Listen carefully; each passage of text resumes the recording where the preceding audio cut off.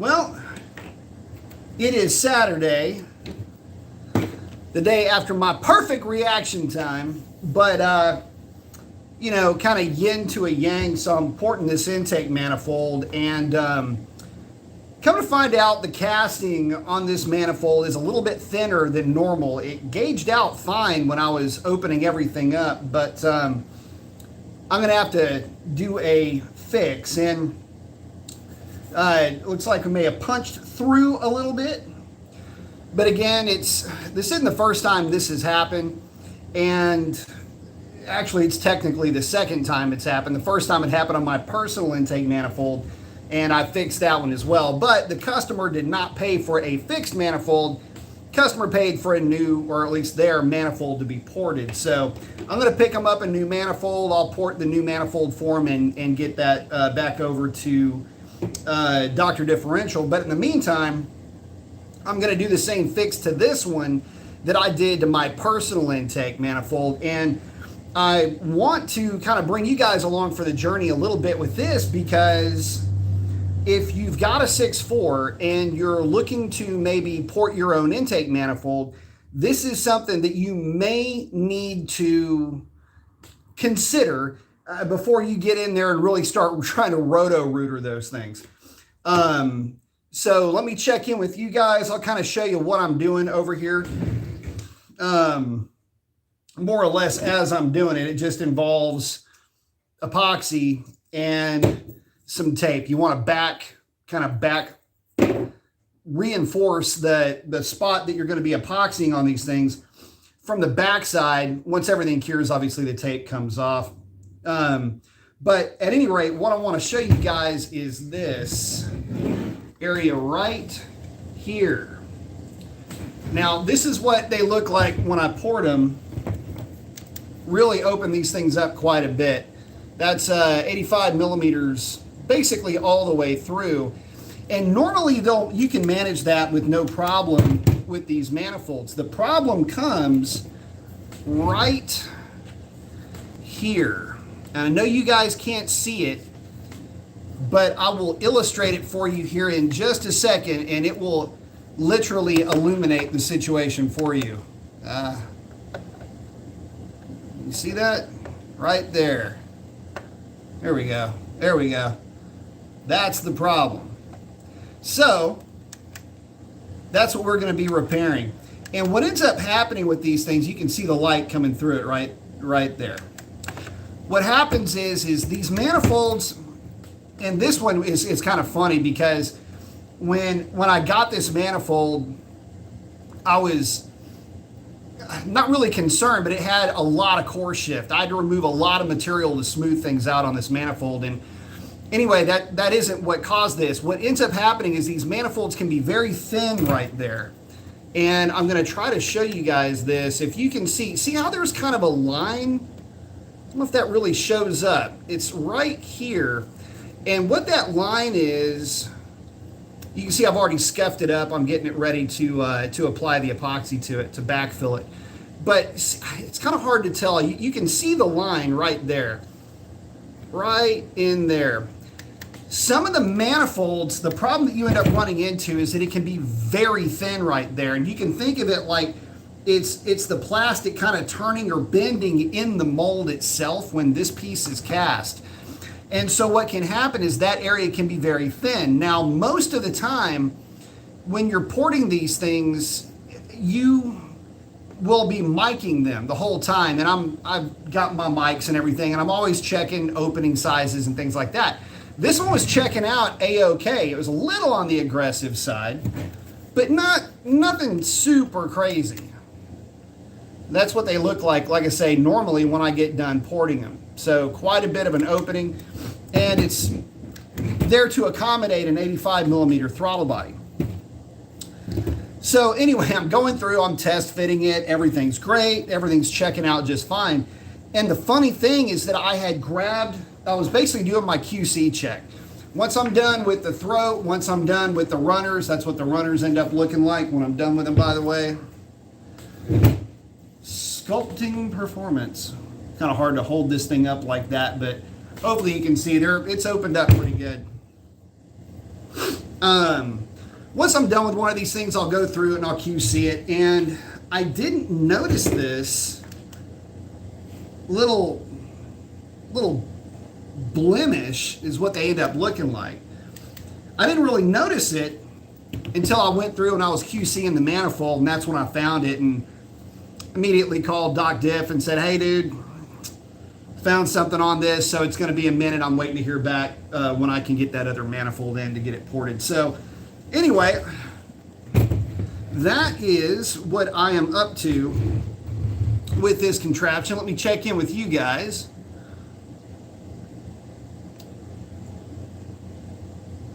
Michael Corleone in the house, first in with the flex. I like it. Eric said, good evening, Professor B. Got the 2 flexing. Like that even better. Eric said, hit that like button. Yes. Ryan saying, what's up, Professor? What's up, Ryan? Vortex saying, Mean Cat says, hey, what's up, Mean Cat?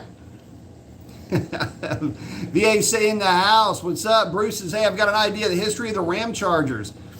Talking about the A68, A64, and the A990 cars. Funny thing is they got their start, the name of the Dodge dealership was Mason something. Anyway, if you look up any of the old Ram Chargers, they're one of their very first cars. It's got it right on the side of the car. It looks pretty cool. Moto X is saying, got the Traeger running. I like it.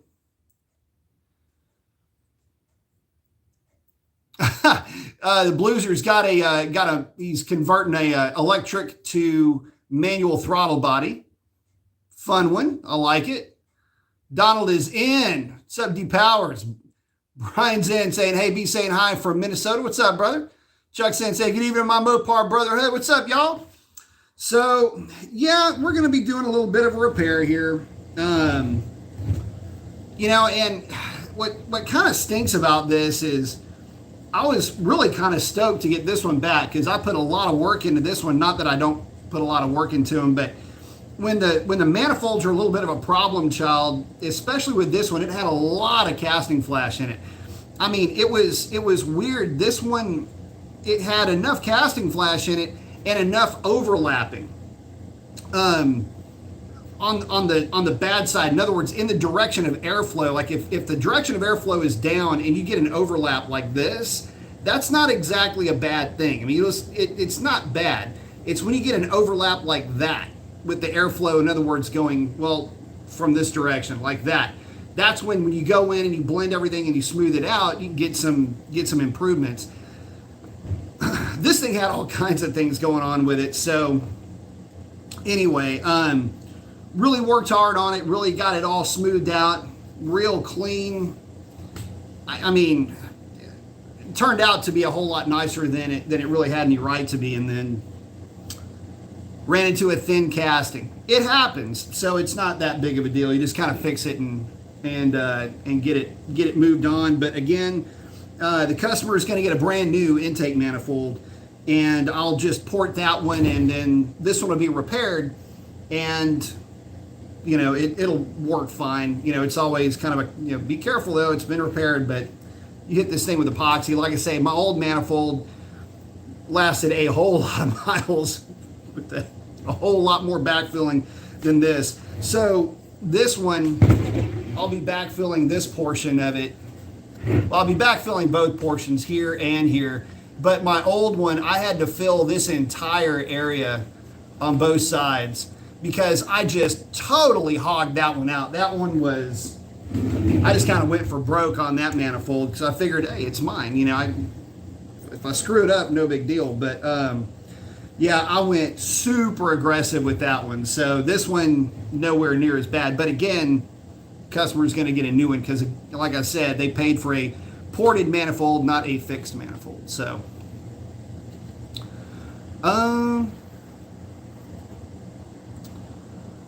let's see. Chuck saying, "Good evening, Mopar brother." Oh, Michael was asking, do you think the splines on the front hubs off a Challenger GT can handle 800 horsepower? Hey, only one way to find out, right? I don't know. I don't think that, unless you're hitting them with slicks. they're not going to have to handle 800 horsepower unless you're making 1600 horsepower. So if the question is, can they manage 4? Well, they're going to be fairly unweighted once you're under acceleration. So at least in that respect, overcoming inertia, 200 horsepower aside, might not be that bad. But like I say, there's really only one way to find out on that one. I don't know of anybody that's driving those things that hard. Oh, the Blueser's saying you replace the old oil pressure sensor on the 04 Ram, and bingo, the old one was leaking. Yeah, it's always the little stuff like that that'll get you, isn't it? You know what I mean? It's just always the small stuff that will always jump up and bite you. You know, I had, what's funny is back in the day, I had a 94 Cobra with a 427 Kuntz & Company. This is before it was just Kuntz. It was Kuntz & Company 427 with T-trim supercharger. And what was funny about that thing was I had a mechanical fuel gauge in the car, and one night the actual plastic, I guess, popped off or did something at the block. It didn't pop off on the inside of the car, but obviously I wasn't showing any oil pressure. And when I saw it, I just about freaked out. And yeah, it hosed the underneath of that car, or the side, the side of the block down pretty good. So yeah, that was fun. Oh, the memories. But so on a different note, if you guys haven't seen the video yet, I did cut my very first ever perfect reaction. Perfect light. Not close to perfect. Not nearly perfect. Absolutely perfect. 0.000 light. I posted the time slip along with that video that I took. I happened to be videoing that pass. And let me tell you something, not for nothing, the Mustang that I was running, I kind of wish I would have gotten on video. And the reason why I wish I would have got that car on video is that Mustang, I'm guessing it was naturally aspirated. That car, well, I'm glad I didn't, because I don't want to, hey, look at this car I beat. I would not like that. Just as an illustrative, like as a, for educational purposes. Sorry, I'm coating the inside of this thing. I guess I ought to bring you into the middle of this. So what I'm doing is I'm coating the back side of where that real thin casting was, or I'm going to backfill it over here with epoxy. What I'm doing is I'm putting tape on this side so that the epoxy doesn't just run through on the back of it, and it gives it a little bit of reinforcement while I'm messing with it.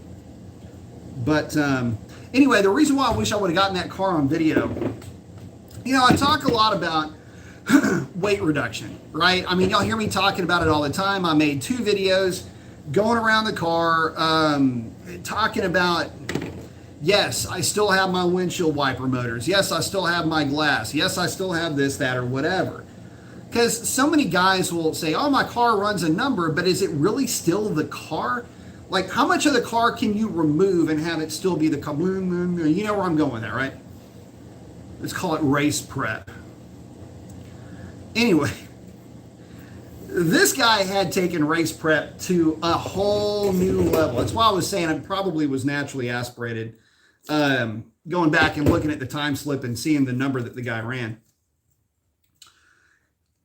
Impressive, I guess. So that car went a 1070. And by the way, he cut a nasty light too. He cut like an 031 or an 035 or something like that light. So he definitely was no slouch on the tree either. But the reason why I'm bringing all this up, and the reason why I wish I would have gotten that car on video, is because there ain't nothing left of that Mustang to call a Mustang anymore. I mean, aside from the fact that it may or may not have had the stock door panels,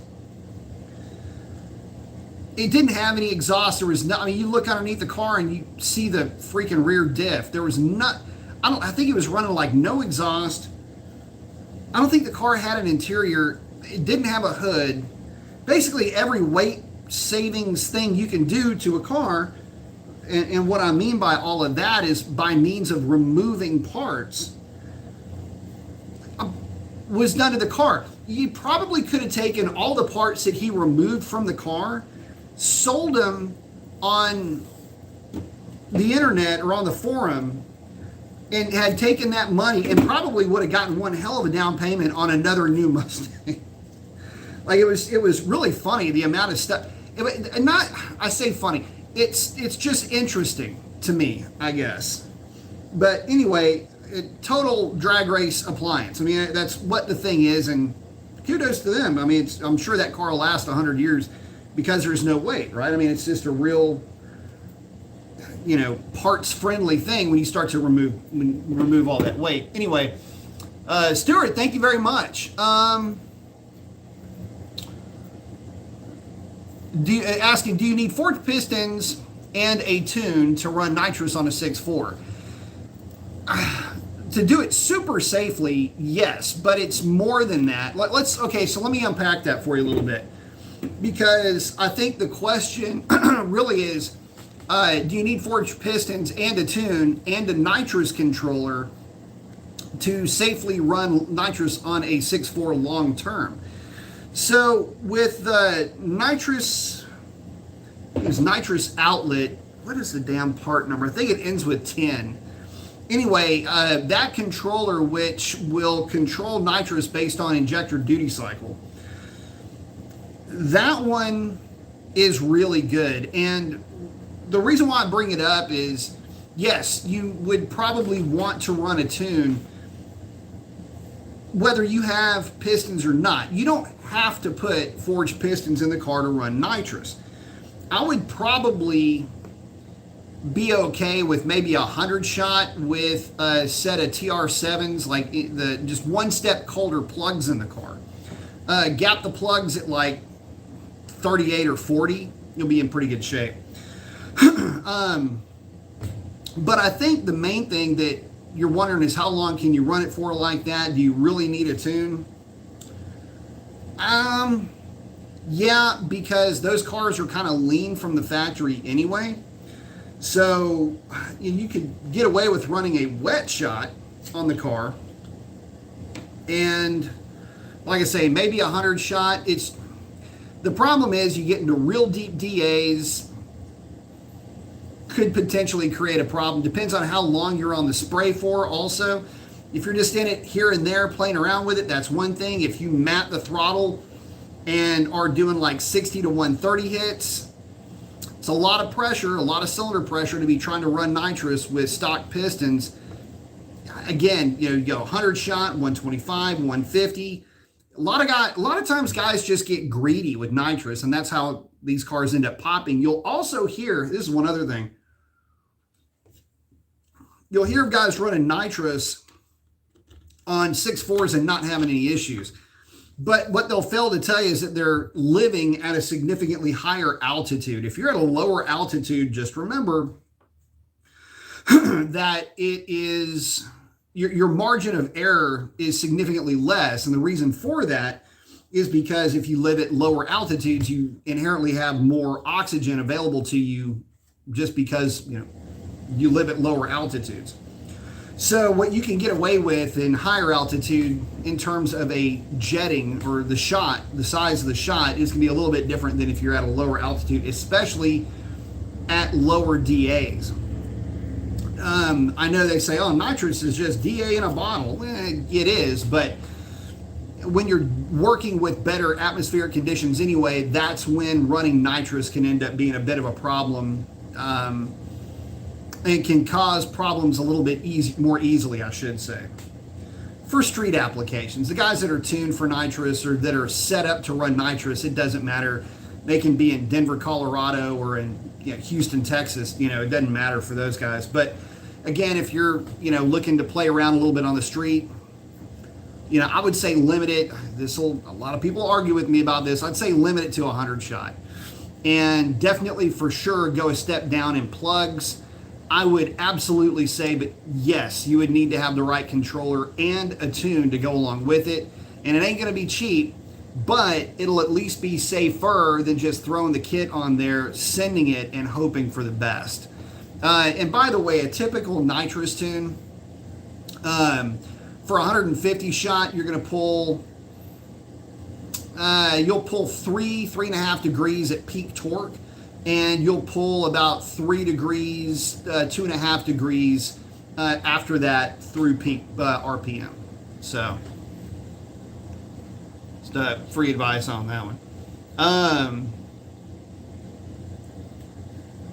Let's see. Eric's saying 13 out of 23 ain't bad, but come on and hit the like button. Yeah, thanks, buddy.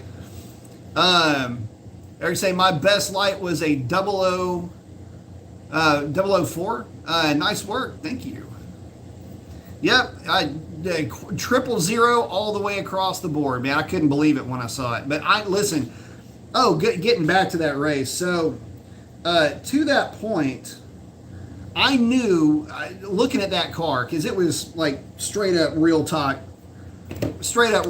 race car type stuff going on with that thing. And I knew for a fact that there was going to be no way I was going to lose to that car if it had anything to do with me being slow on the tree, for example. That was not going to be the option. So, oh yeah, and for you guys that are just now getting in, I'm in the process of fixing an intake manifold that I was porting that ended up having a real thin casting at the turn down in the throat. So what I'm doing now is I'm just backing this portion of the throat with the tape so that this section back here,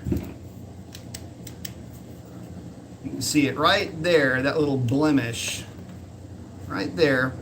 I'm going to be backfilling this with epoxy. So, and again, this one will be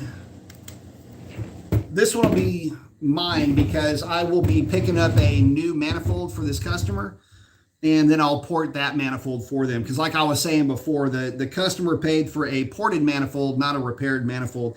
And again, guys, and I wanted to illustrate this for you as well. If you're going to be porting your manifold, if you want to take this on yourself, just remember that the castings are inconsistent with these polymer manifolds. And where you will potentially run into problems is going to be, I'm going to show you guys this again for you guys that are just now coming into the chat. If you can see right here where my pinky is, see that thing that looks kind of like a ring right there? I'm hoping that's showing up. It goes to the back on this side too. Right there at that T intersection, you'll see it just go boop like that. But this will illustrate the area a lot better, this ring right here. If I can, it just will not show up on the video. And by the way, you can see where I've already roughed everything up, getting it ready for that epoxy. That ring is where the throat, that ring is right where the throat, damn, I'm blinded. Will this even show up? Is where that throat dips down. See how it kind of drops down like that? That's where that ring is. And what'll happen, and what'll get you, is if you have a thin casting, that's where it'll be the thinnest. And even though I was, micing the thing the whole time, I've got I'm pointing at them like you can see them. I've got the clips that I use, and the spring, the pop gauges that I use when I'm going in and measuring. Everything looks good. It was coming out, micing out just fine, and I was going through the intake. I always do a QC run with the intakes that I do, and I'll do some hand blending. Just make sure everything looks right. Make sure there's no blemishes, anything weird going on with the intake itself. And sure enough, everything was great. In fact, here's the funny thing. I was looking at it and I was thinking, man, you know, I'll always start to second guess every one of these things that I do. And I go, man, I could probably go a little bit more aggressive with that. But let me just check it one more time before I start cutting on it. And sure enough, before, I didn't even pull the tools out because I'd already put everything up. And I'm looking at it and I went, oh my goodness. So I checked it, flipped it over. For sure it had popped through. So I didn't even notice it when I was cutting. But anyway, that's the area. And again, it's when you get, if you can imagine, you're in the intake from here. It's when you're getting right past the opening and right as it drops down on this side. A lot of times it's easier for me to show you here. You can see sort of how the intake starts to drop down. Well, no, you really can't. Anyway, that's what we are working on this evening. Oh, Donald's saying last time he went 004, 08, and 05. That is nasty. Awesome. Good job.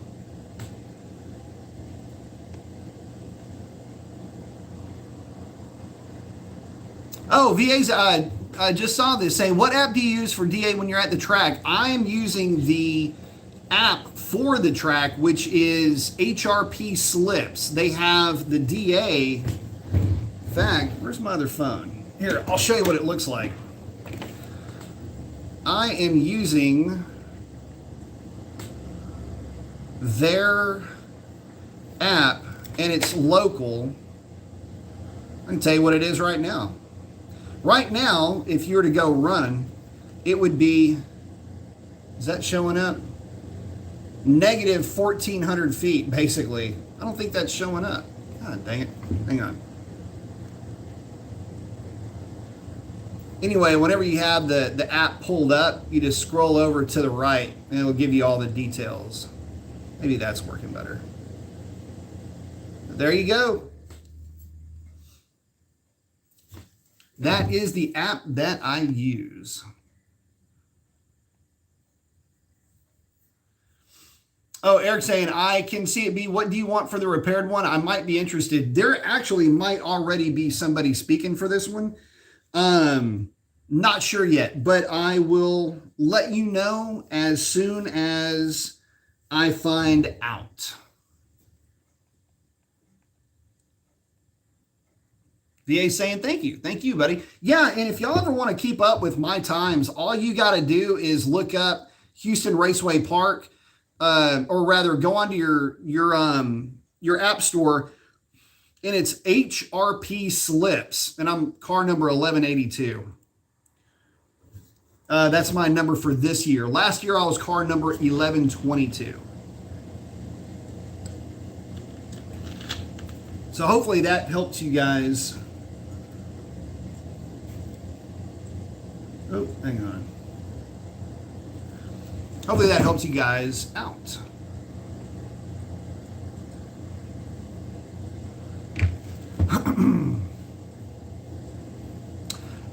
Let's see. McSugarface saying, I'm 24, I have enough saved up for a good down payment on a new wide body Hellcat. Which is the better bargain, that or a wide body Scat? It would be a daily driver.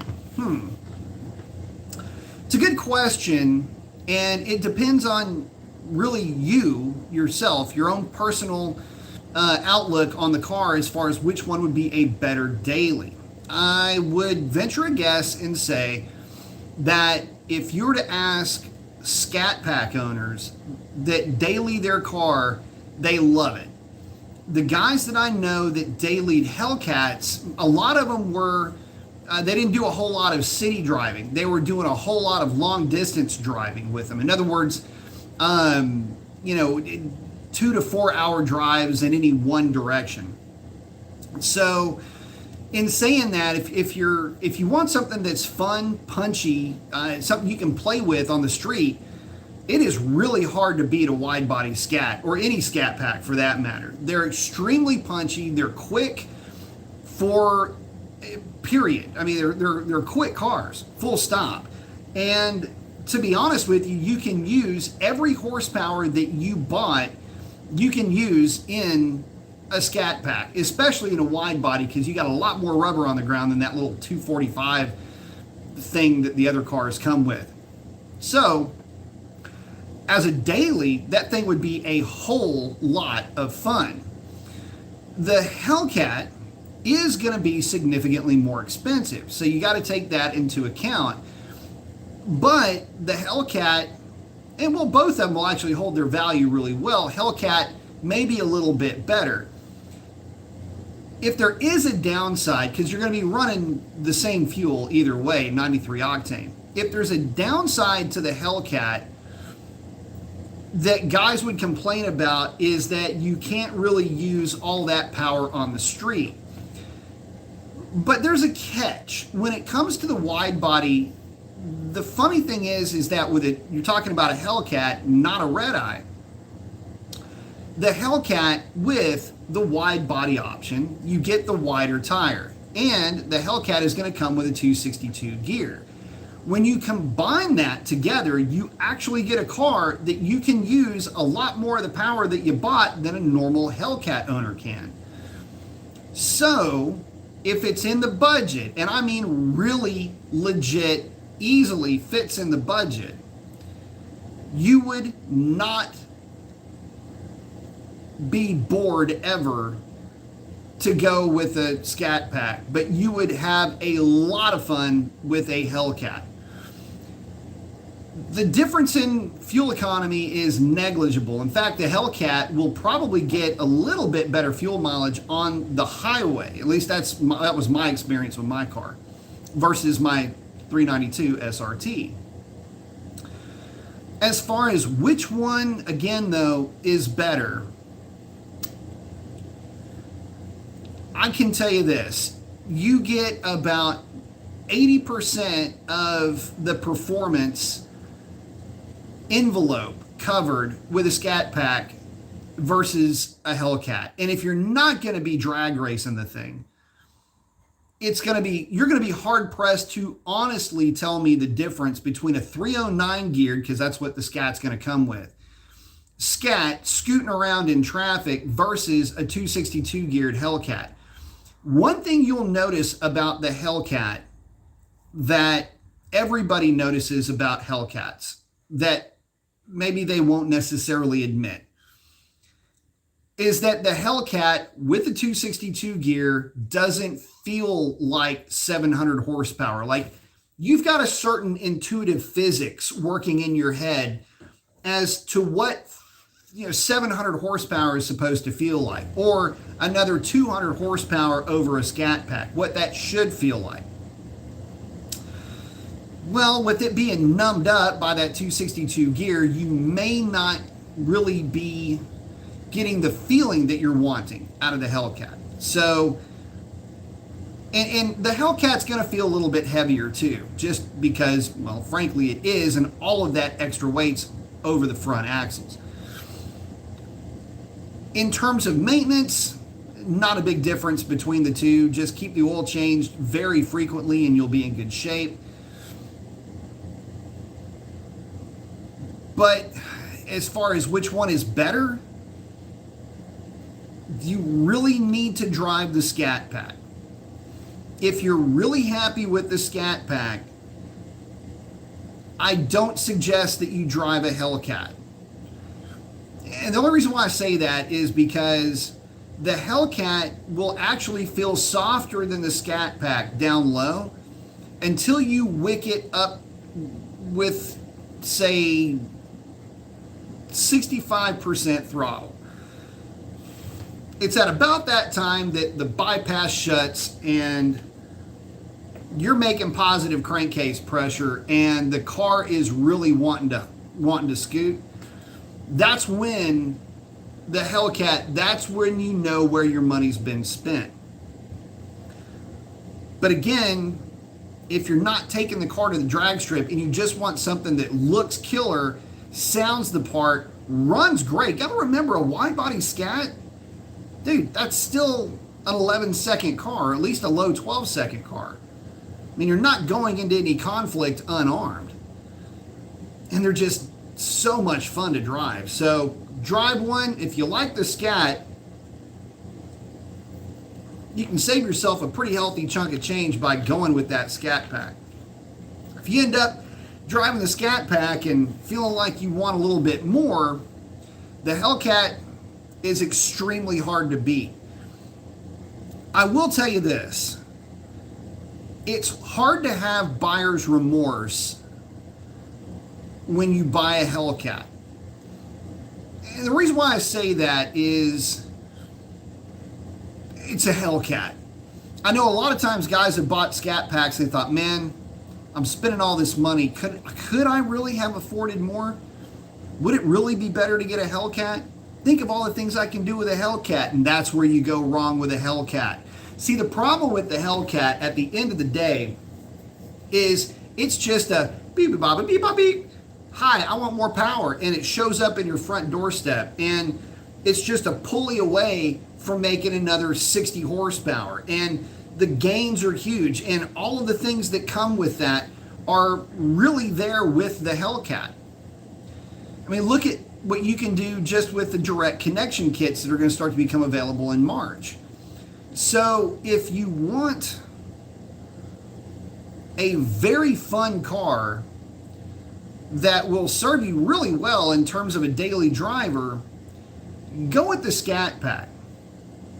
If you want a Hellcat and it's in the budget to get a Hellcat and you've got a garage to keep it in, here's what I would do, because I wouldn't necessarily daily either one of them.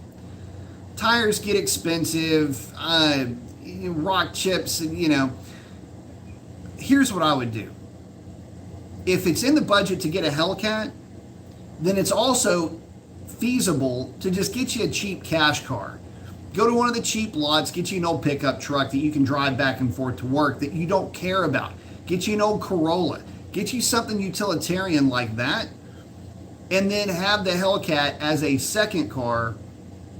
I think you'd be a lot happier with it in that respect, because the Hellcat will always be marketable. The wide body option will always be marketable in terms of resale and resale ability. Not just the resale value, but just how quickly you can flip something like that if you needed to or wanted to. Let's say you got one, you've had it for a couple of years, you're like, man, I just don't want to deal with this anymore for whatever reason.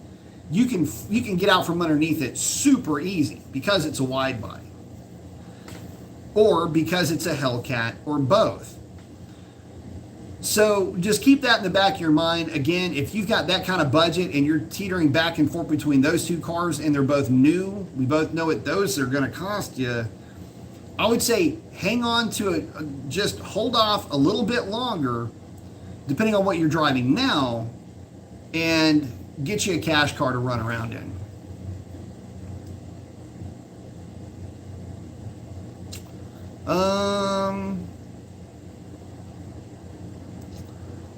Let's see. Bear with me here.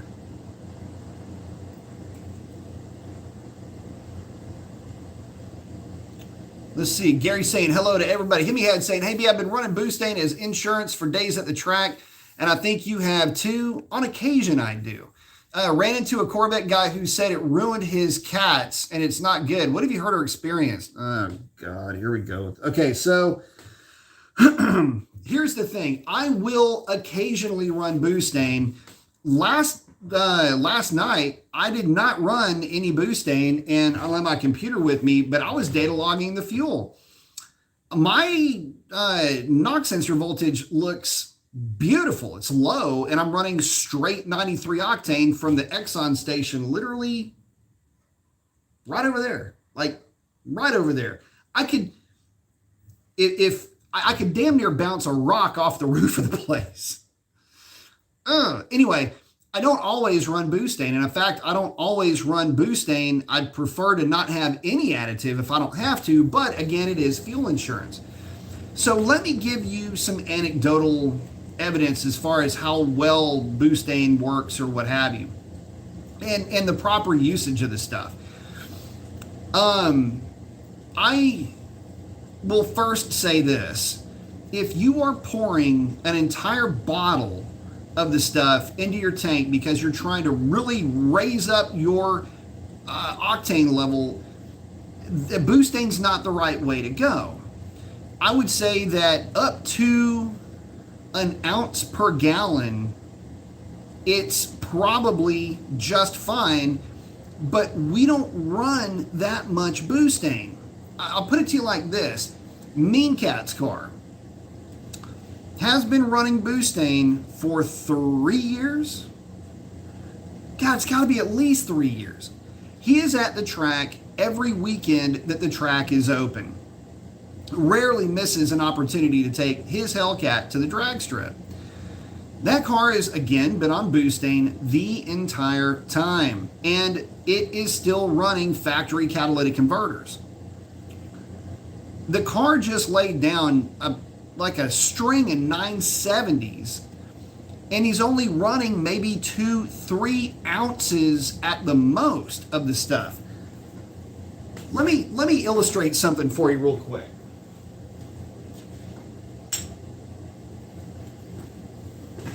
All right, this beaker is 3 ounces.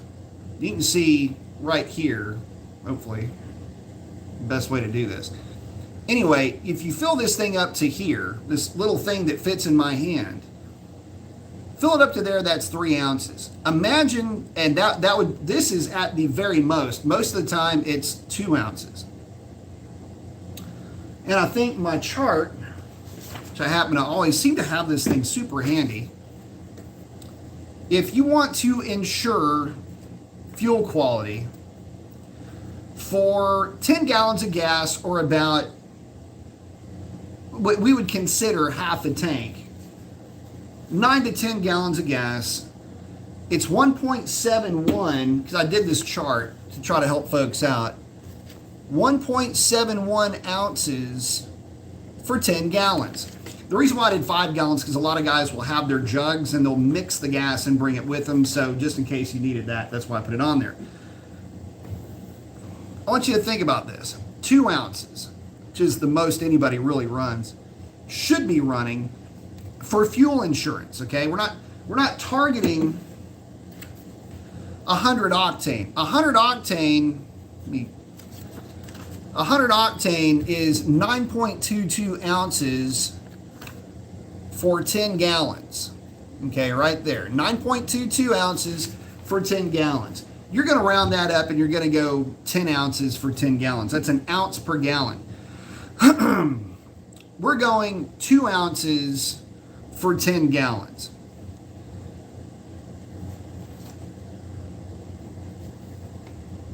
Or if you're mixing it in a jug, if that's easier to like, because it's easier for me to almost imagine a jug myself. Obviously 0.85 is the number. So basically what would amount to 25 milliliters, this little thing down here, right there, in a jug of 5 gallons. Chances are you just move it up to 1 ounce, because you can just go, oh, 1 ounce, and pour it in. I have an overwhelmingly difficult time believing that 1 ounce in 5 gallons. Now, think of how much a 5 gallons is. Okay? That is roughly 30 pounds, 15 kilograms worth of fuel. Roughly 30 pounds worth of fuel. That 1 ounce of this stuff in gasoline is going to cause anything to happen with catalytic converters, spark plugs, or you name it.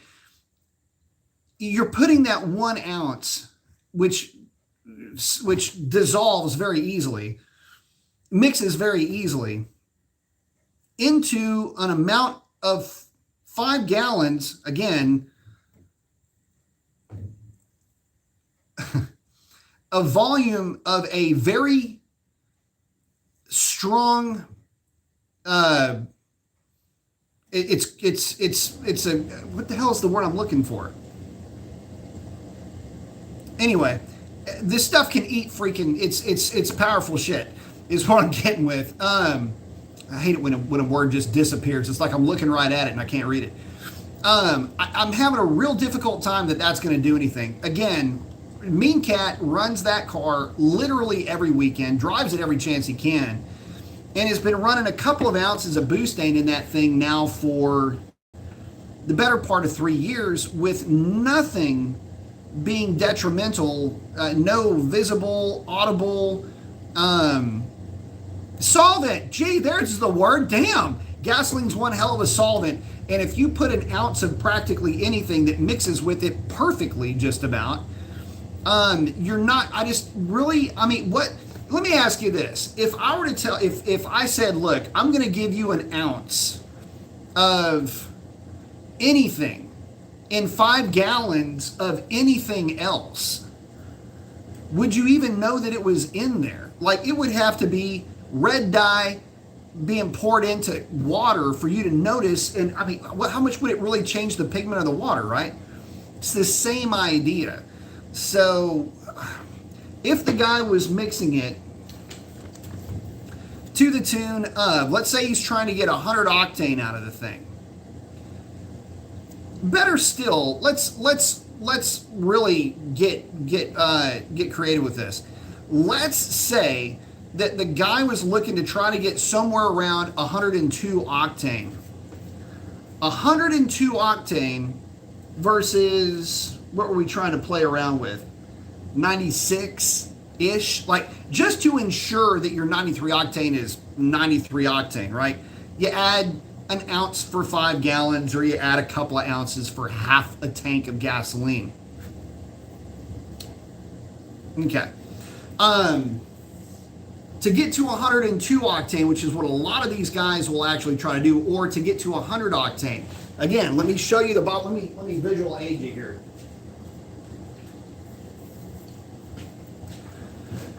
To get to that number, you have to pour this entire thing into your gas tank at 10 gallons. This whole thing for half a tank. That's at 101, 102 octane that you're trying to get to with 93 octane gasoline. This entire can, this 32 ounce can, and actually the number is 37 ounces for 10 gallons to get to that number. But this thing will basically ensure that you at least have 101 octane.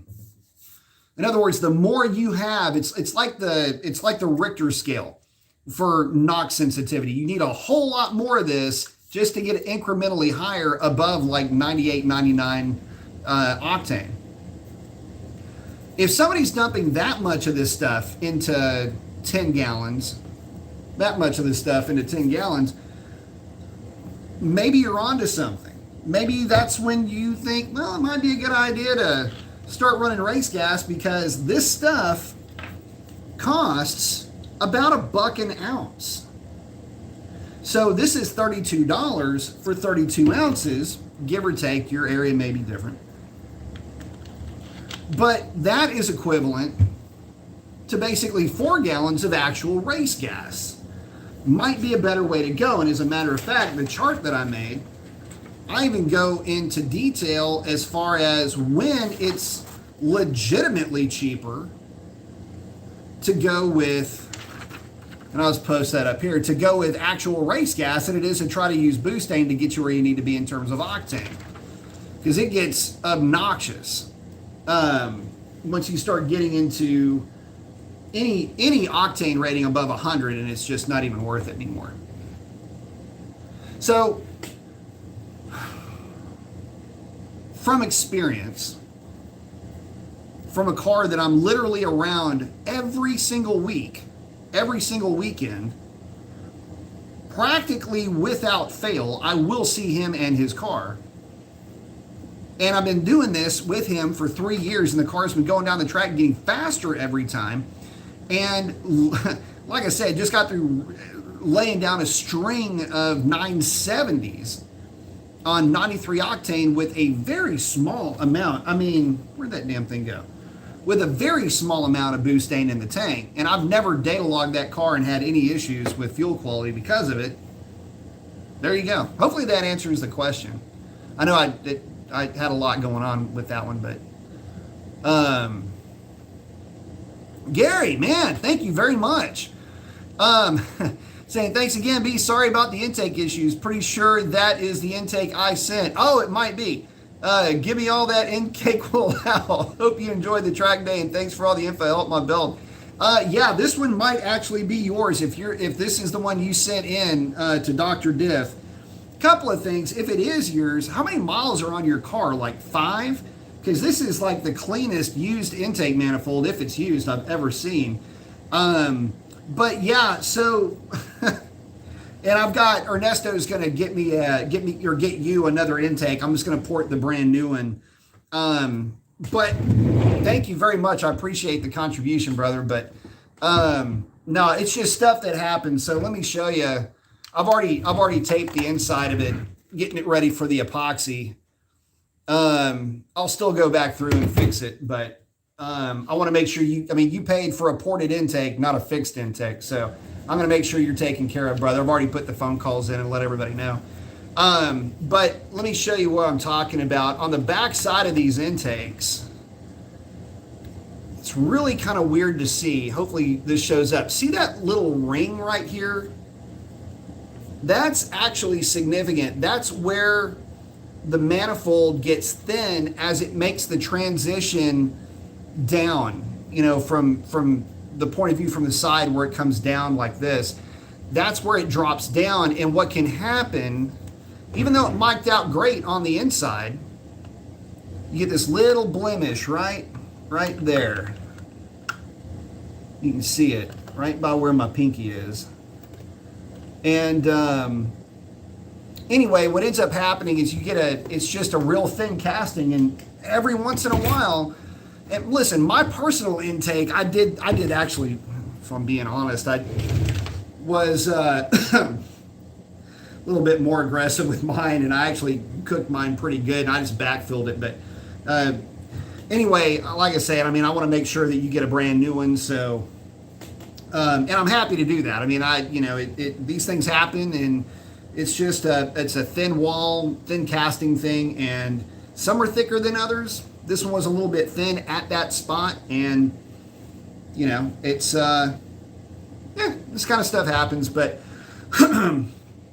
get your brand new one, port it out. But yeah, in fact, here's what your runners look like. The runners, the manifold's done. Let's see. You can see that. I don't know if that really shows up, but that's what my runners look like.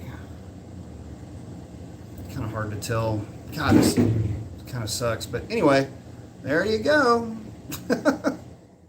There she is. But yeah, like I say, this one, if this would, I'm guessing this is yours then. Lots of core shift on this one. So, which was, some do, some don't. It's kind of fun, really. Yeah, these things are, you just never know what you're going to get. Some of them are super clean. Looks like somebody was real meticulous with it. This one, it looked like it was wearing its hat kind of crooked. This top lid, which the lid here, you can see the seam right there. This is a 3-piece intake. So the way that these things work is you've got this top lid here, this middle section, which has your short runner valve actuator, and all the mechanisms are in this section here. And then you have your lower, which actually bolts to the car. And those all have to come together, and they just kind of get squished together. And in that process, you can get them twisted, you can get a little bit of a lift, you can get them forward, you can get them back. You just never know what you're going to get with them. So, but yeah, no, this was just a little bit on the just a little bit on the thin side where it does that turn. And like I say, it's definitely not the first time I've done that, but the first time I did it, I was really going crazy with it. And this one actually is pretty well opened up. I don't know if this will still show up, but I mean, I wasn't messing around. I was definitely going for gusto on this one. And it was opened up to an 85 millimeter. So these fluorescent lights always make it look kind of jinky. Anyway, but there you go. But thank you very much. Really do appreciate it. It's very kind of you. That contribution there, brother. I really do appreciate that. But yeah, she will be getting backfilled with our favorite quick welds, quick setting, steel reinforced, and of course you got to use it because it's JB Weld. Anyway, I've already gone in and roughed everything up. This has all been roughed up with Scotch-Brite back here. And what I'll do is I'll go in on both sides. You just got to be kind of careful holding the backs, holding the inside of this as you're putting pressure on it to, you know, to scuff it up, to give that stuff a good purchase to grip a hold of. But thank you very much, buddy. I appreciate that.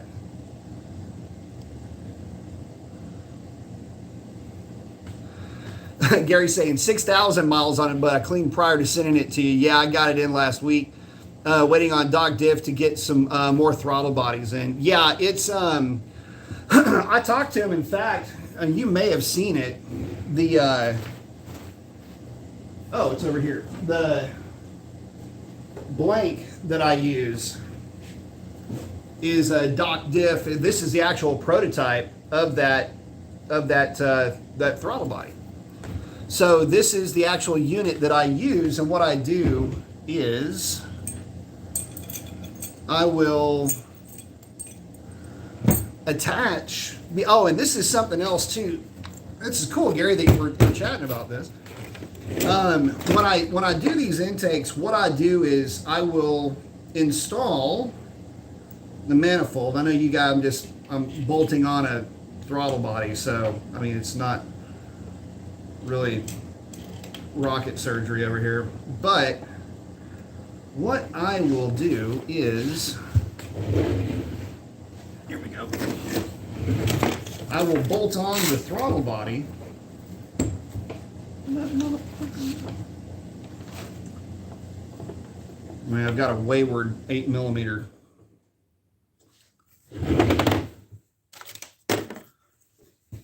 Anyway, I'll bolt on the throttle body, and what I'll do is I'll make sure that the transition is smooth all the way around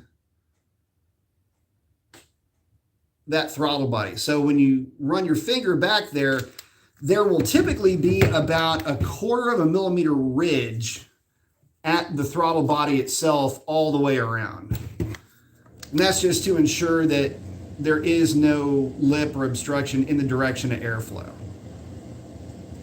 And you can see your flapper back there. But yep, that's what they look like when I open them up. And this one, boy howdy, she is opened up. So, but it's kind of a little behind the scenes action, if you will. You know, some of the, you know, what all goes into that. I will, and you'll see where I mark it at the bottom. Usually it's at the bottom, and the way I set it up too, this is where I was going with that. The way I'll set them up is to where you don't have to reach in there and like try to center the throttle body or anything like that. What I'll do is I'll make it to where you get your throttle body, put your bolts in. As it sits, you don't have to do a whole lot of adjusting to get it just right. I try to give you enough room to where no matter how you put it on or no matter who puts it on, you've got no lip and no ridge in the direction of airflow. So one of the things I learned with these Hemis is that some of the tolerances are kind of suspect and, you know, subject to being a little bit tighter than others. You know, some openings are just smaller than others. I noticed that with the Hellcats also. My opening to my snout of the Hellcat is just a little bit bigger than some of the newer cars. It's not that that should matter at all. It's like 0.5 millimeter all the way around, but it's noticeable, and it's really noticeable when you're putting a throttle body on the car and you're trying to center, which you should always do, by the way, guys, if you're ever working on one. Always, always, always make sure that your throttle body is centered when you're installing it. So anyway, a long story short, the same goes for these polymer intakes and the, I got these damn blue rags all over the place, and they stick to everything. You get a, you start to get kind of a feel for them, and you look at them and you go, man, this one actually had a little bit smaller opening as well. So,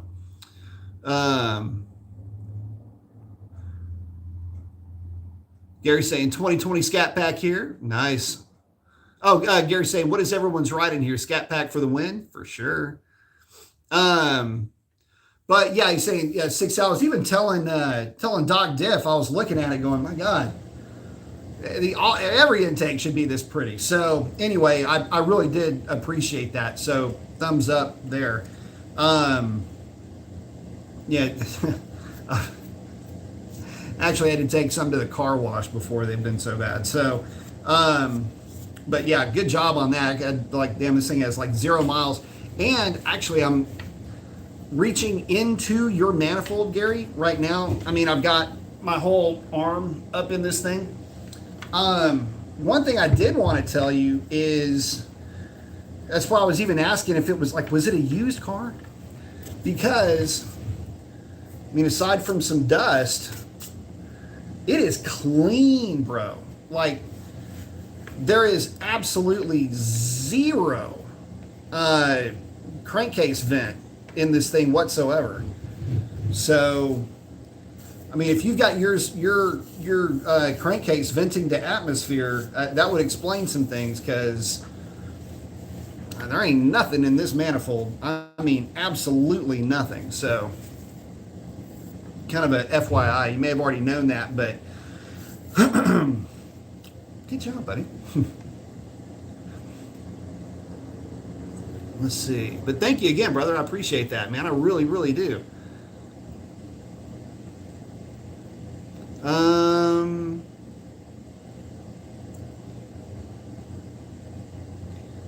Let's see. Oh, VA saying thanks. Oh, Gary saying that might be my intake. Yeah, it is. Eric saying 10-4. Oh, and again, Mick Sugarface, thank you, buddy. Appreciate that. Big K's asking, Mason, what do you think a Hellcat Challenger would run with a drag pack, 285 pulley on 93, let's say 1,000 DA? I can tell you exactly what it would run. It would run 990s, depending on what your 1,000 DA look like, though. If you're at really high altitude and it's super cold, just because air temps, engine cooling and things like that. But typically in that environment, I know that Mean Cat's car will absolutely run a high 9 in that environment. And again, that's on 93 octane with just a little bit of boostane. But to be honest with you, I don't even think the car needs it, unless you're talking about DAs that are going to be closer to 0. You can probably get away with just really good quality 93 octane. That wouldn't be too much of an issue. But on 93 octane, depending on your tune, if you've got a more conservative tune, let's say you're checking in at like 11 degrees of timing, I would even say then you're looking at it on a drag pack, maybe with some weight reduction, a 10.0 with no weight reduction, 10 teens should not be that difficult for you. In fact, I'll go so far as to say this. I don't think Mean Cat's car will run a 1020 anymore. I think it's always quicker than a 1020 no matter what. Frederick is in saying, what's cooking, B? What's up, Frederick? Oh, McShug saying he wants to get a Hellcat before they discontinued. Oh, he's currently driving an 18 Plum Crazy RT. Damn, those are fun cars too. I would say if it's in the budget, again, for the Hellcat, if you can find like a Tacoma or something like that, something that you can just rack up the miles and it would not matter. Hold out, cash car one of those trucks, and then balance out the rest on the Hellcat. Big K saying Hellcat all day, don't even bother with 392. I don't know, man. Depends on what you're into. Stuart's asking, why do they put the 262 gear in the Hellcat if the 309 is peppier? So I think that was more of an EPA play than anything else. They had the 309 just sitting there. I don't really know why they went with a 262 other than fuel economy, maybe, question mark. I don't know, because it doesn't do any of the rest of the driveline any favors to run a 262. If it was in an effort to try to have, I don't know, better traction or something, I just don't see it. It's not, it's just not there really, one way or another. Hellcat's going to blow the tires off whether it's a 262 or a 309 gear. So, Eric saying, who cares? Fill it and send it. Nah, I'm real particular about making sure that, I'm upfront with folks, letting them know what's going on. Like I say, I backfilled my my personal manifold. It was, dude. So I'll show you on this one. Mine was a little bit different. Mine was super soft all through here and here. Like it was like you could just go on mine, and it was pretty bad. I was real aggressive with it. So that's when I was looking at it and I was going, yeah, I'm gonna have to backfill that with something, some type of an epoxy. And so that's what I did with mine. And like I say, every once in a while I would run into one of these that would be, I'm not going to say maybe a little bit questionable. And so what I would do is I would just, in some cases, backfill them anyway. I would kind of err on the side of caution, even though you couldn't see any deflection. I'd still backfill them a little bit, and just as a little extra. It's something that you do when you've got enough experience with these things, and you just want to make sure that there's still some structural rigidity in there. So, just because something is backfilled, if I poured in manifold, just because it's backfilled doesn't mean I punched it. It just means that I'm adding some structural rigidity and adding some beef where I had to take some beef out. If that makes any sense.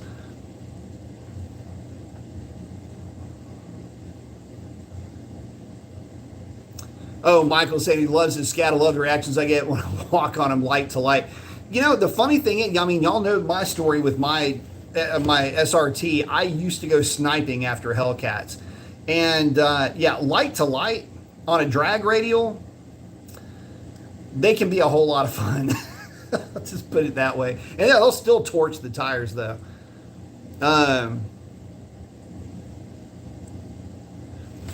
Stuart goes, the only issue with the Hellcat is, can you really keep it completely stock and take it to the drag strip and be happy with it? That really is the question. I know of very few people that keep their Hellcat purely stock. I don't really consider putting a drag pack on the car changing anything about it. I think that is what you need to do if you're taking it to the drag strip. But with the Hellcat, I almost consider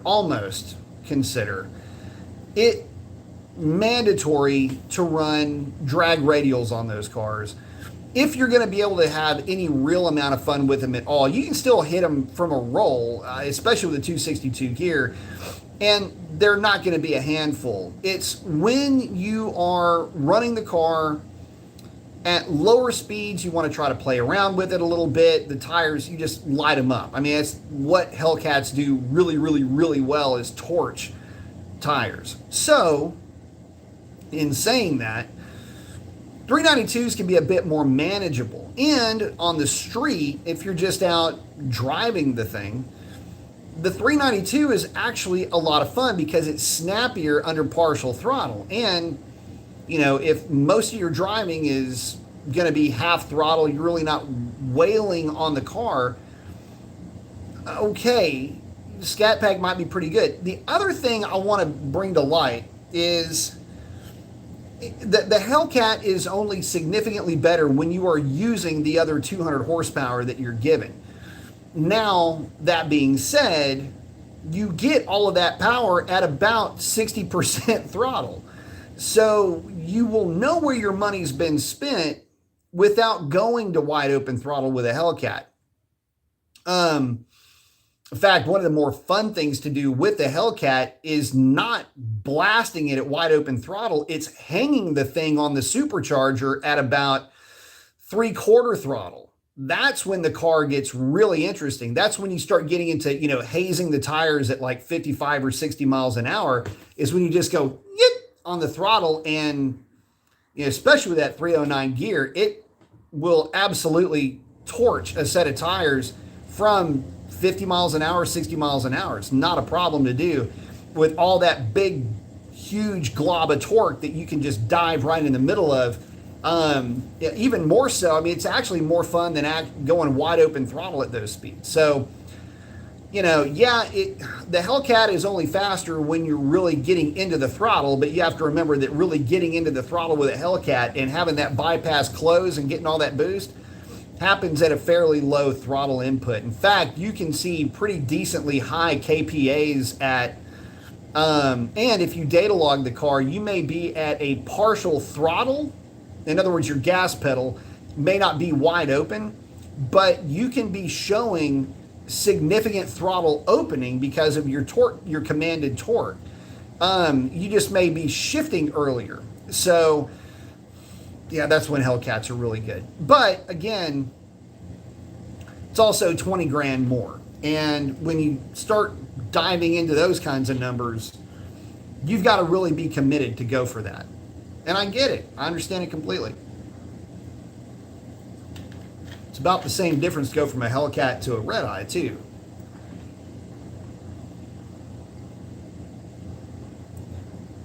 But I guess, you know, the question is, can you keep it stock and still have fun?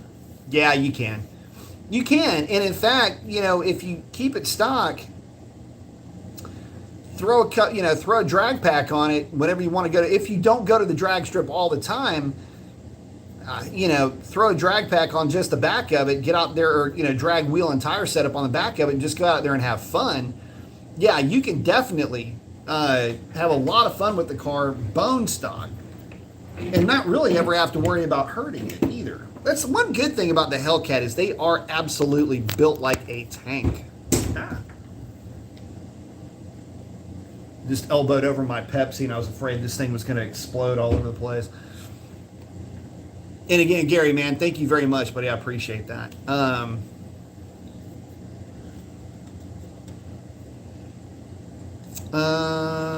Let's see. Oh, Stuart hanging out with Big K. Oh, I must have missed something about race gas at the drag strip. What did I miss, Stuart? Did I miss something? Maybe I missed something. Let's see.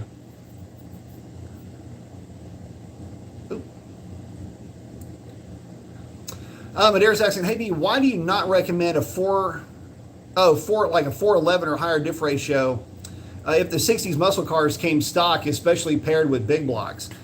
Well, quite a few reasons. One, the RPM, you would be cruising at an RPM that would be annoying, to say the least. Sierra has, I think it's 410 or 430 gears in her. And with a 30 or 31 inch tall tire that's on that truck, with a 3-speed automatic, which is what you would have found in the 60s, or a 4-speed, it doesn't matter. The final drive is always 1-to-1. The issue that you have is that your cruise RPM is obnoxiously high. My cruise RPM at 70 miles an hour is 3,500 RPM. Or to put it in different terms, that 400 small block, if it were stock, at wide open throttle would be making peak horsepower about 300 RPM after that number. So the reason for that is, number one, the car just does not have any legs on the highway.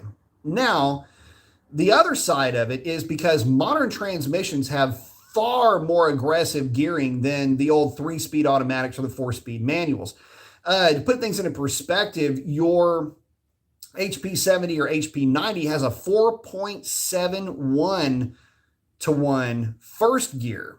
So when you start to multiply everything out, you get some crazy obnoxious numbers. So, granted, it's easy because it's an automatic, it does all the shifting for you. But you've got a lot more gears with a lot more torque multiplication just through gearing. The extra gear, the extra final drive will actually do more to hurt you because you'll blow through the gear so quickly. So that's the reason why. You're basically pairing the gear to work with the transmission ratios more than anything else. It doesn't really have anything to do with the final drive. It has to do with the total drive gear reduction ratio. So to give you an idea, back in the day, I think an aggressive automatic would have given you like a 3-to-1 first gear. I think most of them were like 270 or 230 first gears. But let's say it was the most aggressive you could find with a 3-to-1 first gear. That would give you a total drive ratio with a 410 of around 12-to-1, which is in essence what you would be seeing, well, not quite, with a 471 with a 309, you're looking at like 13 or 14-to-1. So think of it like that, with a crazy, like unheard of aggressive first gear. With a 410 would still not be as aggressive as what you have now with the stock transmission, with the stock gearing and say a Scat Pack.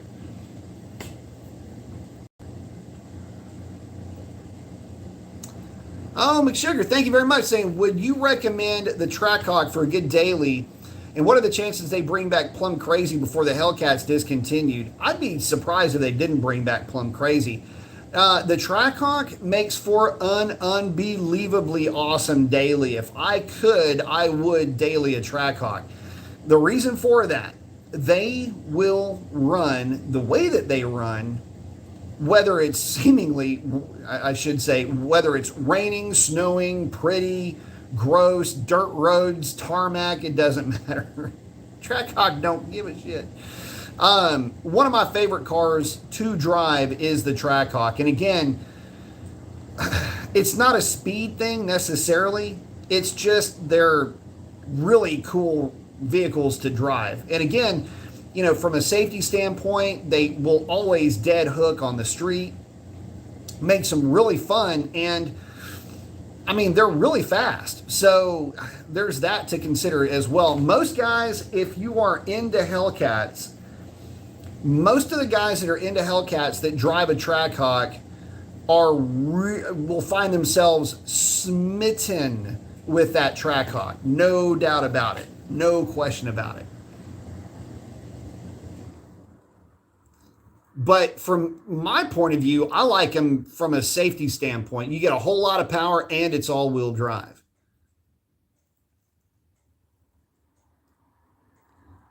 Let's see. Oh, Eric's saying he uses Lucas. Should I be using Boostane?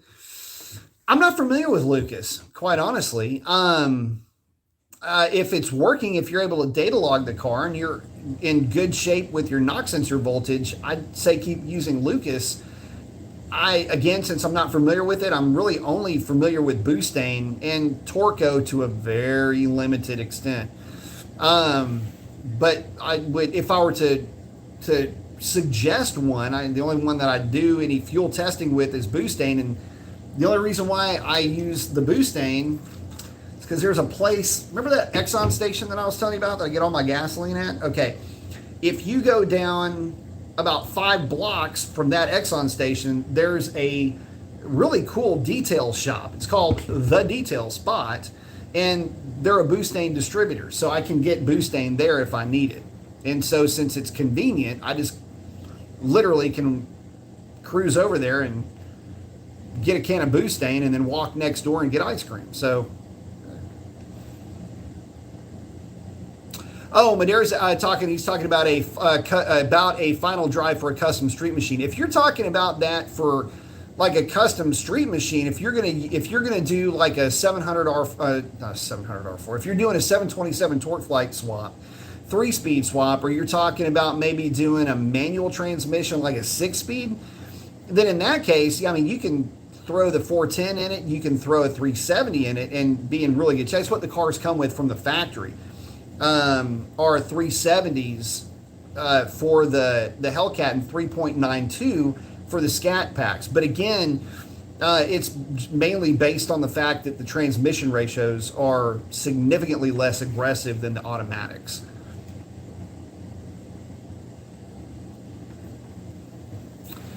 Oh, Hemihead saying, thanks, I've been using about 1/3 of an ounce per gallon of fuel to get my 93 up to about 97-ish, which is good. The Corvette guy was super adamant about not using it, but I know lots more who do and have no issues. And then Michael's asking, would you run Boustain in a Scat? Probably don't need to. Not so much for a Scatty. Unless you're just seeing significant knock retard based on the fueling that you're running, it probably shouldn't need to in an NA car. But yeah, honestly, dude, I don't know. I've heard of that. I've heard some horror stories, people talking about having to scrape something off of something else, and I'm going, I don't understand. Like, I'm not saying that they're wrong, okay? Don't take this the wrong way. I'm not saying that they're wrong, but again, when we're talking about amounts that are so low, as again, we're talking about this little guy here, we're talking about amounts that are so low you can't even. Let me question this for you. So we're talking about deposits, right? This is kind of funny to bring up, but all this beaker was ever used to do was pour Boustain into a gas tank. And then to keep the Boustain that I poured into this beaker from leaking out, because there's always like some residual, I just keep a little rag in this thing, just like you guys would. Well, the thing is this rag, I guess you could say, has been soaked in Boustain, and I mean, it's still rag. I mean, it's kind of brownish looking, but that's the color of Boustain, I guess. But this is evaporated Boustain, right? So you would maybe call that concentrated. But if that were the case, I mean, you would think that it would, in full strength, with no dilution at all, have some level of coking, that real thick sediment that you would think to find. You would think you would have that on this or with this or whatever.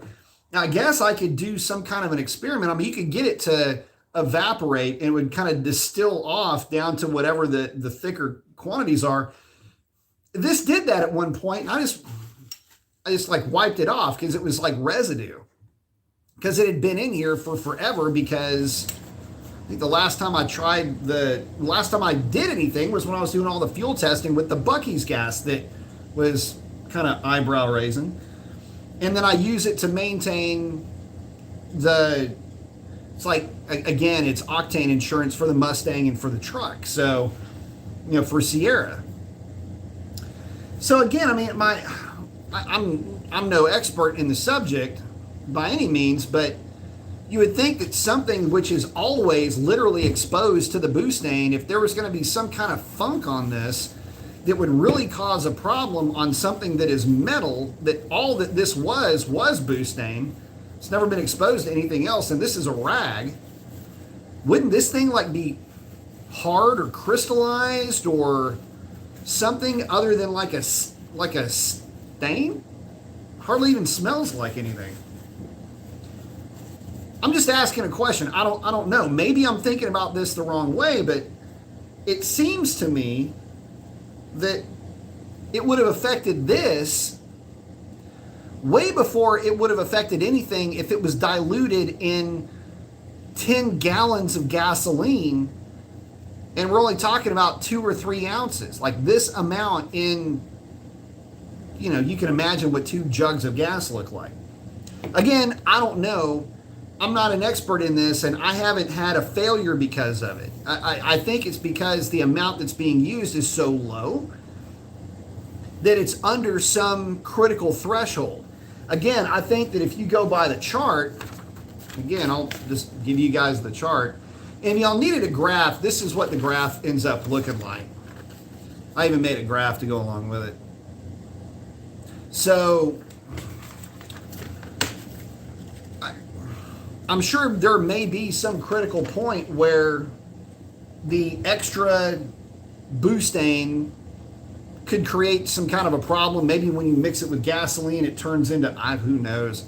But I mean, to me, I would think that for what we're working with, it shouldn't be that big of an issue.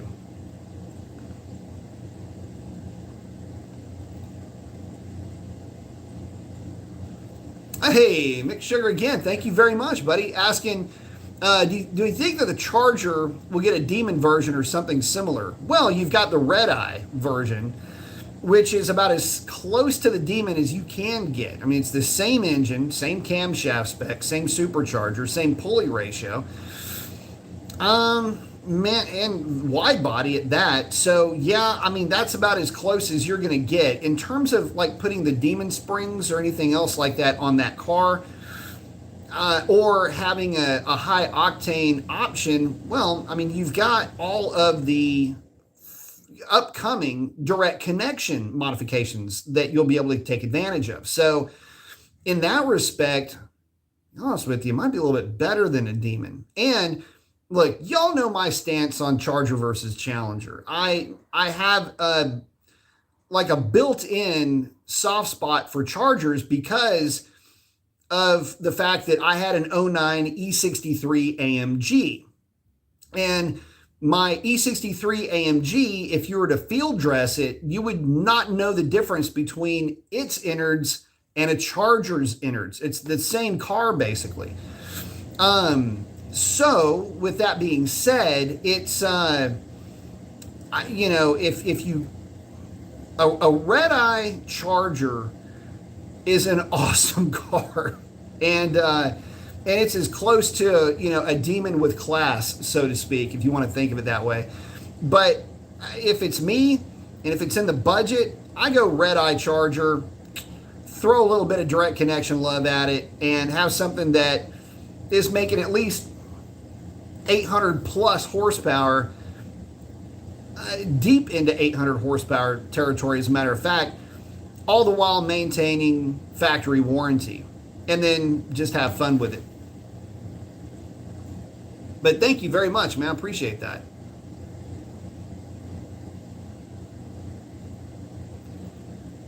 Let's see. Bear with me here, guys.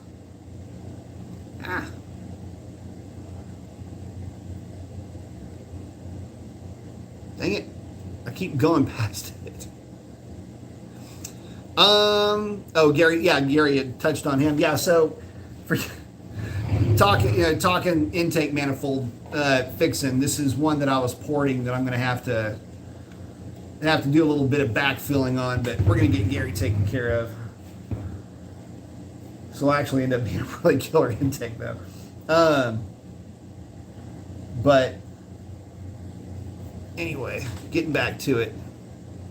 Oh, X is saying, love the show and tell action here. Yep, got a little show and tellage. Gary's saying, looks good, B. Thanks, buddy. Yeah, she's opened up pretty good, bro. Randy's checking in from Middle Tennessee. What's up, brother? Oh, Gary's asking, what's everybody's ride? Oh, Randy's got a 2017 SRT 392 6-speed. Fun car. Oh, Gary's saying he got the vent on the filler neck and a UPR catch can at 500 miles. Very good. Yeah, you're definitely keeping it clean, too. You're definitely changing it out. Good job, my friend.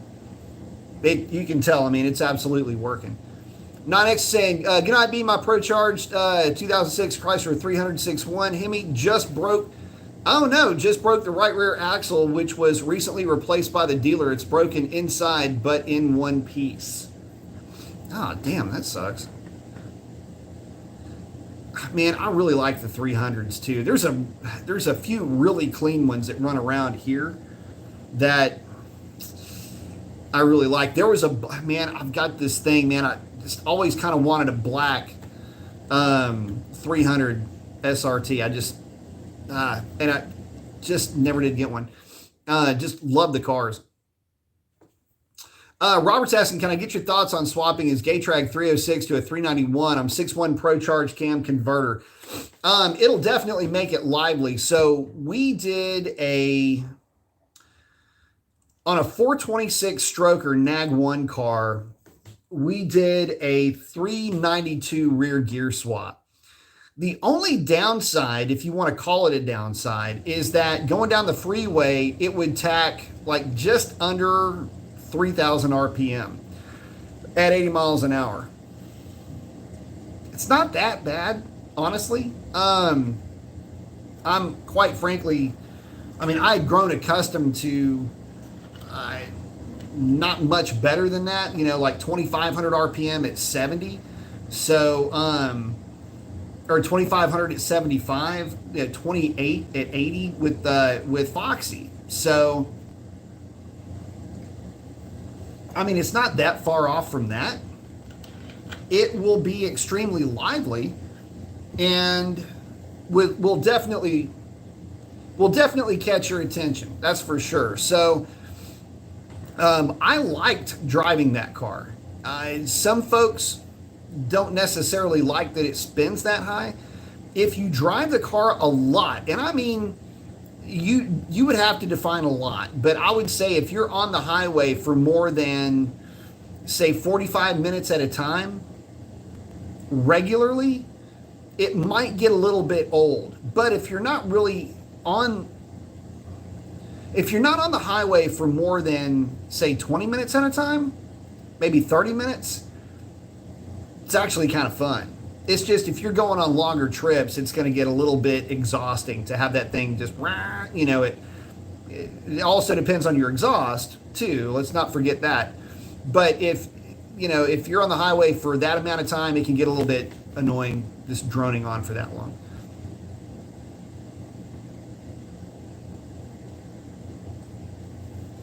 Oh, Nine's asking, do you think putting the Diablo tuner throttle booster at 20% using the Pro Charger tune caused it to break? Probably not. All that's controlling is how aggressive the throttle opens. And really, your right foot is the only thing that controls how fast that throttle blade opens. It's just that it'll open more quickly at less foot input. So, no, it sounds to me like the car may have just hooked, or potentially, and you would have to answer this as far as wheel hop goes. If you had potentially run into wheel hop at any given time, wheel hop is the killer for axles. I've seen cars with a ton of power live pretty happy lives with stock axles, but they never had any issues with wheel hop because they kept tire pressures in check, and the cars never went to the drag strip. So just kind of keep that in the back of your mind as well. But no, that would not have done anything. Sozan saying, what up, B? Got the flex. I like it.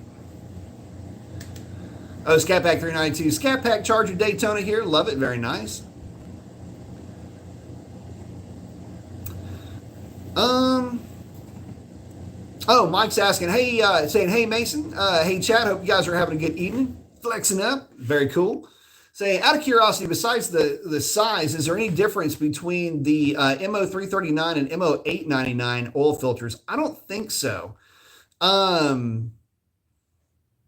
I'm not exactly sure what the actual numbers are. I know that I always go by the 041 AA. In fact, I've got it right here for the Challengers. I don't know that there's a huge difference. I've always run the 041 AA on any of the V8s.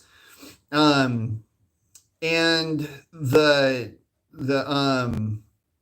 Mobile One M1 102 is what I run on the Jeep, and the M1 210 is what I run or what I used to run on the truck.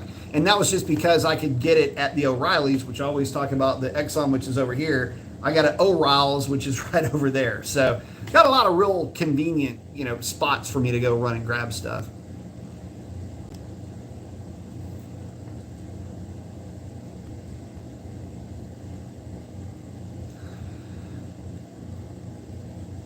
Oh, Hibby, thank you very much, buddy.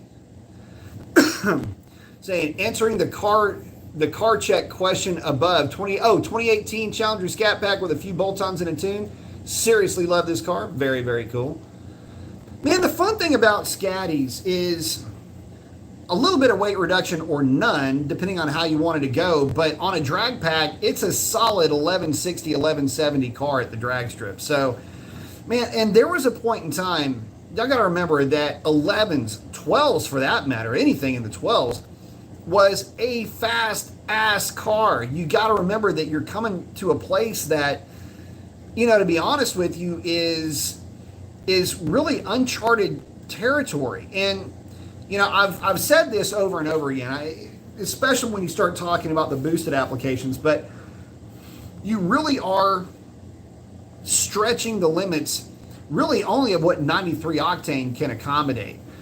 You've got computing capacity that can make pretty much any of these things make whatever kind of power you wanted to within the limits of what you could get away with MBT torque. In other words, your maximum brake torque timing tables.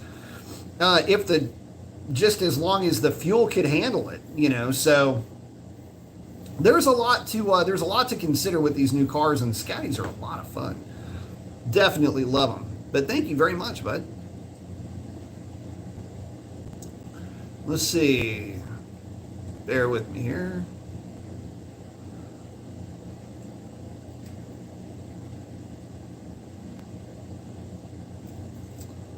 Cody's in saying, what up? The black key for the Hellcat makes it more manageable. The black key with the Hellcat makes it fun. I drive mine a lot, believe it or not, on the 500 horse mode. Eric's saying, things get out of hand quickly at 45 miles an hour or so if it starts going sideways. Ask me how I know, for sure, right? And again, McShug, thank you very much. One thing, by the way, I haven't mentioned this yet because I kind of got wrapped up in this intake. But getting back to that perfect reaction time video, it was, so I want to talk about that for a minute. It's what I would have been talking about earlier, or what I wanted to talk about earlier, and then I got wrapped up in this and just getting this knocked out. But so last night, the conditions were 90+% humidity, and it was cool outside. And the DA was anywhere between 300 and 400, give or take. And you think, man, that's great. Well, the problem is the barometric pressure was like 29.96, 29.98, wasn't even 30. So what that basically means is that everything was just kind of damp. And if you watch the video, by the way, that includes the track. In the back half of the track, and really the back quarter of the track is what suffers because all the heat is in the first basically half of the track. Well, you get to the back half of the track and it was actually a little dewy on the back half of the track. And they ended up dragging, I'll say the back half, it was basically the last maybe 70 feet, 80 feet. They ended up dragging the back part of the track to do away with that. And they did that about, I don't know, maybe 3 or 4 cars after I went down the drag strip. At this point in time, there weren't a whole lot of cars running. No, it's probably more than that.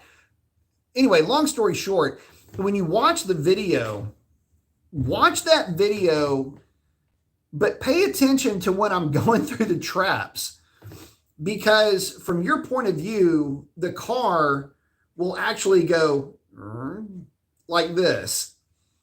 The reason why the car, again, your point of view, it's going to shift over to the right, so it'll look like the car just kind of goes like that. The reason why it did that is because the rear of the car stepped out a little bit, and it actually brought the front of the car along with it. So me driving, it stepped out. I'm kind of just barely correcting for it, and as I'm barely correcting for it, the car just kind of centers up a little bit. So it kind of does this at the very end of the track at about 132 miles an hour. And the only thing that went through my head was, oh, she'll hook. She's good.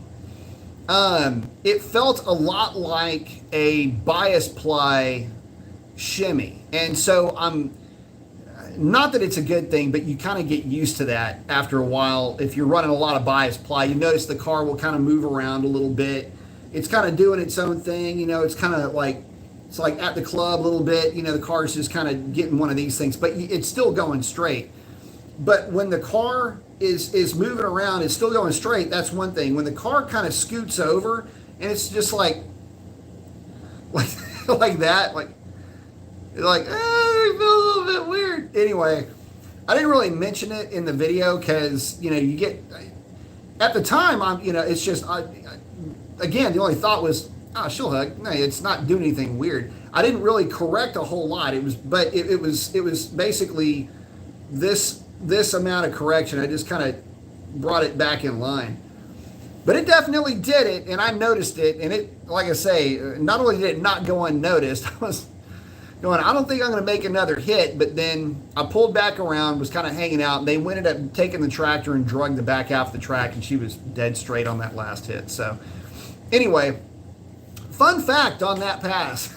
That was fun. But super, super, super humid. And I honestly didn't think, my hope was that the car would cover a 1025 at some point during the night, but I didn't really expect it to be in the 20s. I was hoping it'd go 25. I was guessing maybe 29 or 32 for most of the night, and that was mainly based on humidity. She went a 27 on the first hit. I hot lapped it to a 29. She didn't go a 30 all night. She went 20s all night. And anyway, I wanted to bring that to you guys too. I forgot to mention that earlier, but there is, if you're watching it and you go, what was that at the very end? That's what it was. The track was just really dewy, and I don't know if I have any pictures of it, but it's down here when you can visibly see the dew on the hood and on the trunk. At this power level, or really at any, even Scat Pack power level, you've got to really think about, is it worth it to make a hit? Because that level of humidity, if it's on your car, it's probably going to be on the track, and it's going to be on a part of the track where it's cooler. The cars aren't putting a lot of rubber down, at the very end of the track. So, anyway, that's, if you run into that, it's okay to say, no, I don't feel like running anymore. Why is that? Well, the reason why is because all that dew, not good. In fact, the last time it was that bad, the dew was so bad, it would come off of the roof of the car and come down onto the back glass, and you could see it moving around.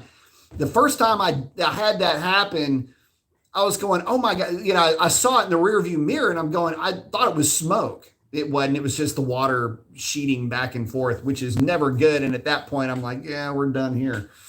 So let's see. Oh, Cody's saying Trackhawk hooks and books. Yeah, they do. Randy's saying I ran a 488 in the Duster down from 513 because of all the street use.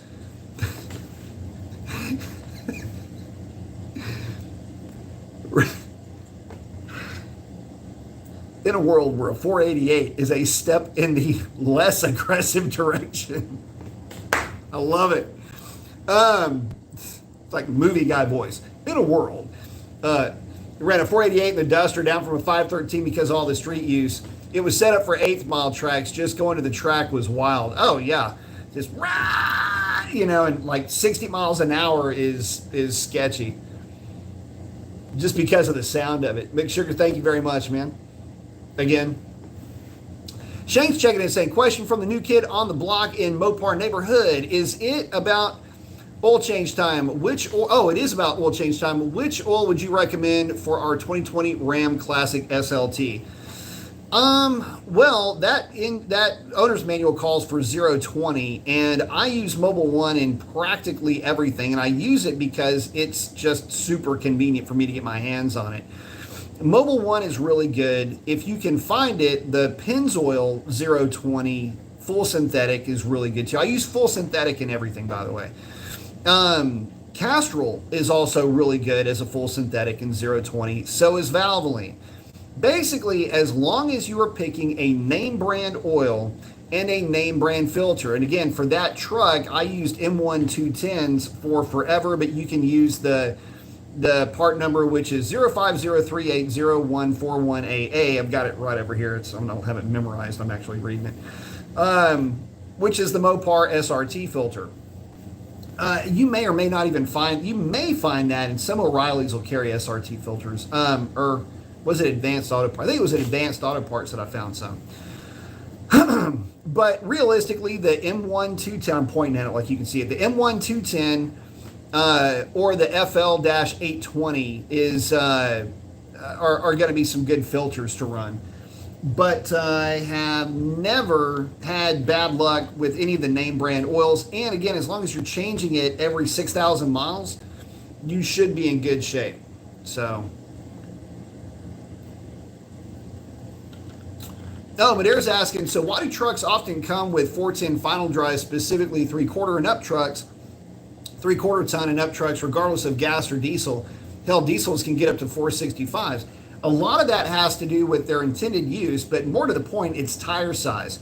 The taller your tire size, the lower your effective gearing will be. So if a car has 373 gears and they have a 26-inch tall tire, then a truck with 410 gears with a 30-inch tall tire or 31-inch tall tire would basically have, for conversation's sake, the same RPM at 70 miles an hour going down the freeway. So that's part of the reason why. But again, you're using a truck like that for towing, hauling, things like that. You need the extra grunt to get that amount of mass moving. And that's why they do that. Oh, Sovereign's asking, what did you think about that Ram extended range deal? I hadn't had a chance to take a look at it. I've actually been working on this thing today, but I did see it. Thank you for sending it to me. I will check it out. I'm interested to see what it is, though. You guys know I like the EV stuff, so I want to give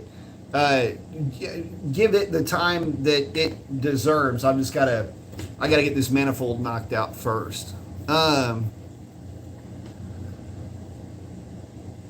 Oh, Summer saying was working today, just got home. Yeah, I've been crazy running around all over the place myself.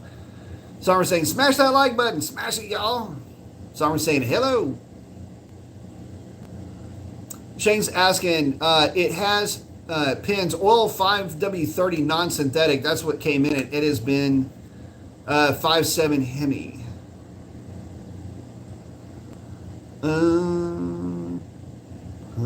Hang on. Ram Classic SLT. Let's see. Man, I'm thinking there might be a voice to text thing going on here. 5W30 non-synthetic. I mean, you can go 530 synthetic if you wanted to with that. That wouldn't be a problem at all. I just prefer to run synthetic in my stuff. If you're changing the oil regularly, though, it really doesn't matter. But again, I run synthetic or a synthetic blend, mainly because it's just, I've had really good luck with it.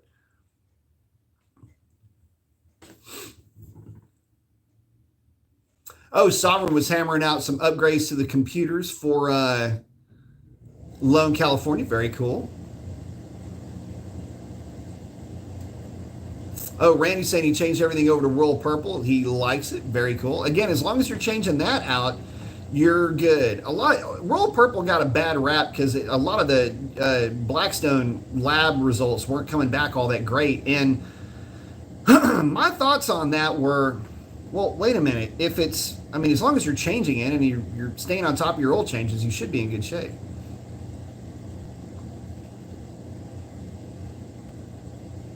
Oh, Cody's saying he's going to stick with an NA car as a street car for the summertime. Las Vegas heat is brutal. Yeah, it is.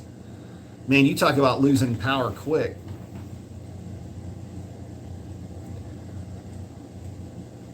Oh, Sovereign saying he saw a bunch of vets running around alone. Even old school Stingray. Nice. Thank you again, Hemi. I appreciate it, buddy. Shane's checking in from Barry, Alabama. Very cool.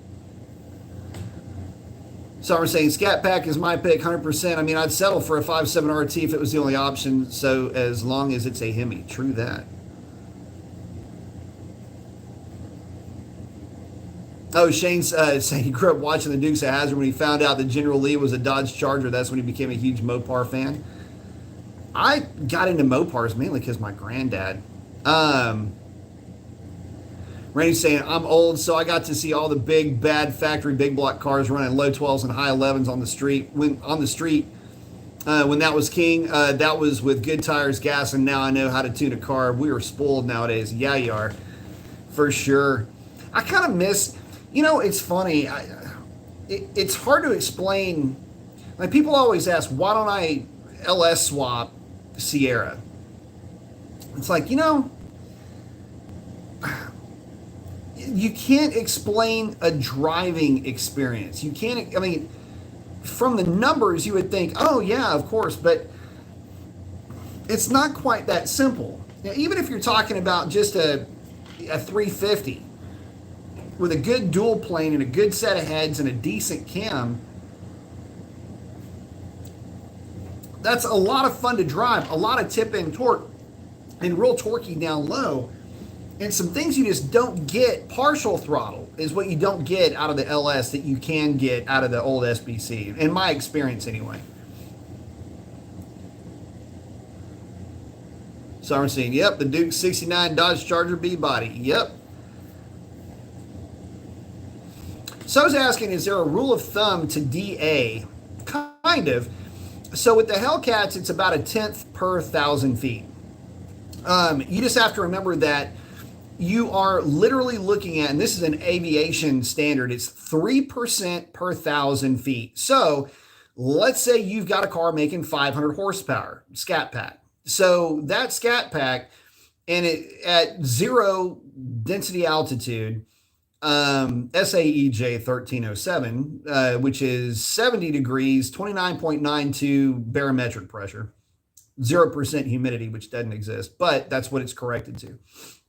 Makes 485 horsepower, call it 500 horsepower.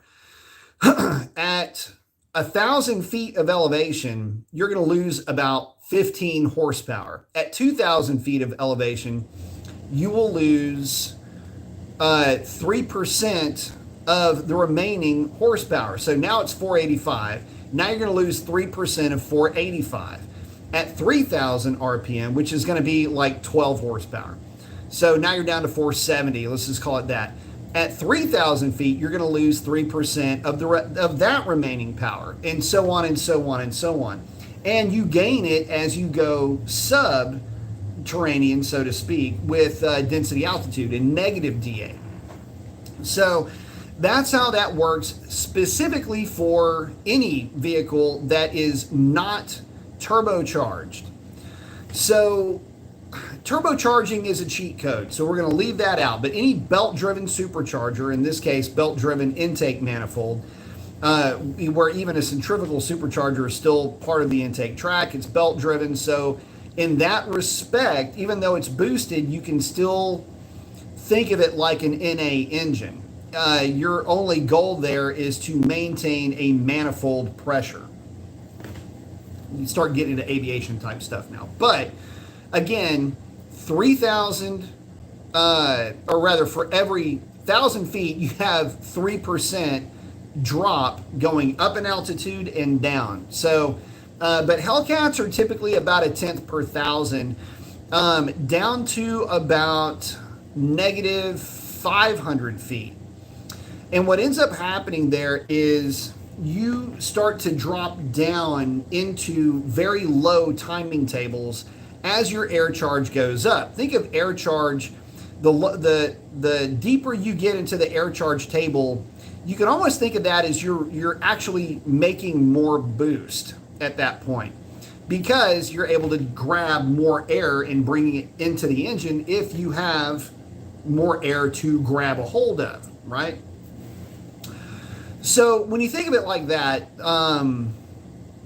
at about a negative 500 foot number, give or take, because you have a much higher air charge, your timing goes down. And again, your timing goes down to accommodate 93 octane.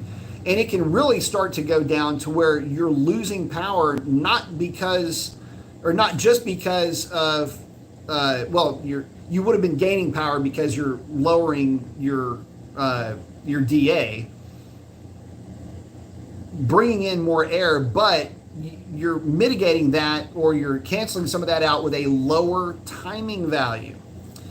So cars will get quicker down to about negative 500. At about negative 1,000 feet, that's about where the timing will bottom out, because the actual air charge can't be read past 1.5 grams per second or 1,500 milligrams per second of air, or 1.54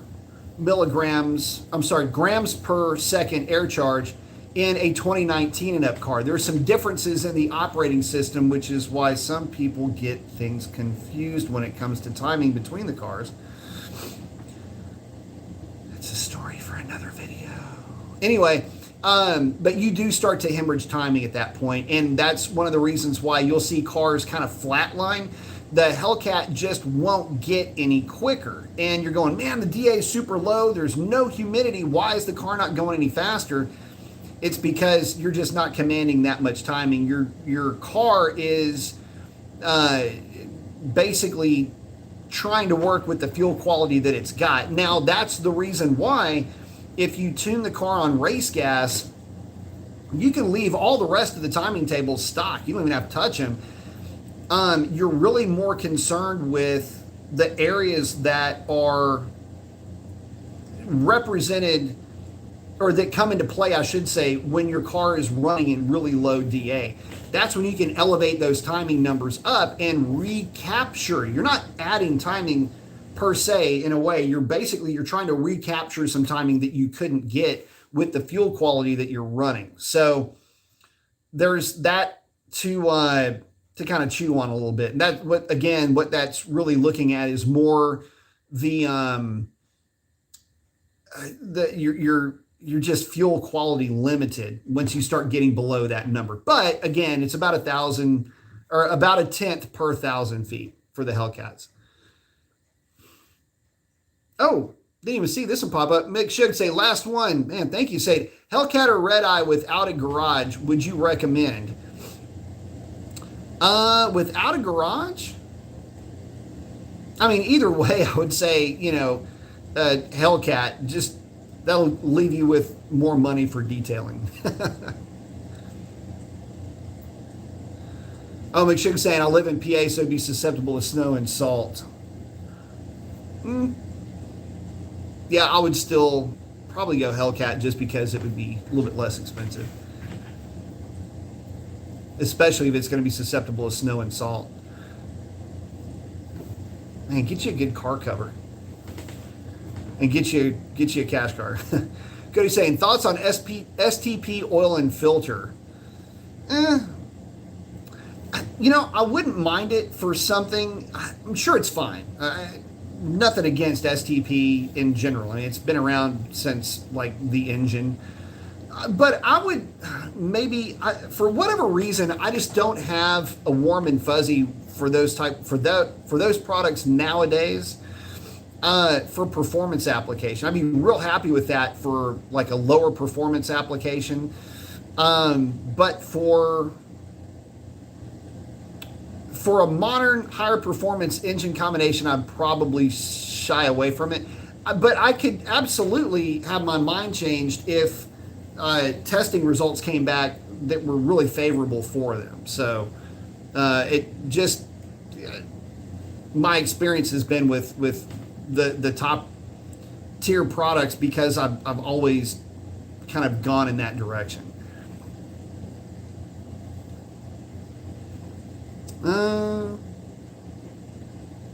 Sovereign saying, his car, my car says it takes 5W30 regular. I use Quaker State or Pennzoil, very good. The car computer seems to indicate every 5,000 miles. I didn't know regular oil can go that long. Man, if it depends on how it's being run. If the car sees normal operating temperatures, you can pretty much rest assured regular dyno oil can go that long.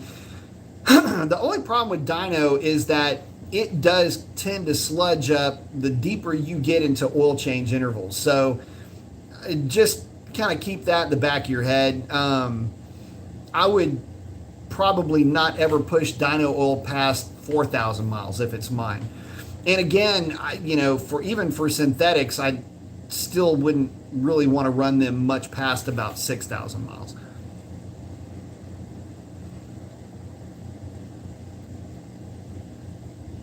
Madera's asking, so what's your favorite inline 4 sports car? Probably the Conquest, only because it was just a really cool big 2.6 liter i4 front engine rear drive car. I also really like the SVO, so it's a toss up really between those two. If we're talking i4 front drive, it would be SRT4 100%, with a very, very, very close second place following being the Dodge 600 Turbo or the Daytona or the GLH. They would all be in a tie. Someone saying, great job hitting that like button. For sure. Thank you guys. Appreciate that. Yeah, don't forget, hit the like, hit the subscribe, hit that bell icon. That makes a huge difference in terms of getting the channel out there. Oh, Madeira saying his is either the Mitsu Evo 6 or the Subi WRX.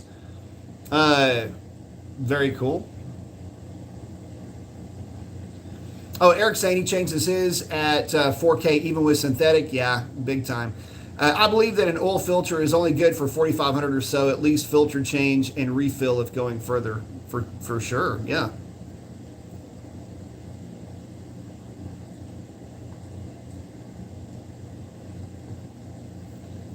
Randy saying, Hellcat, one of those metal car awnings with the money left over. No doubt, right?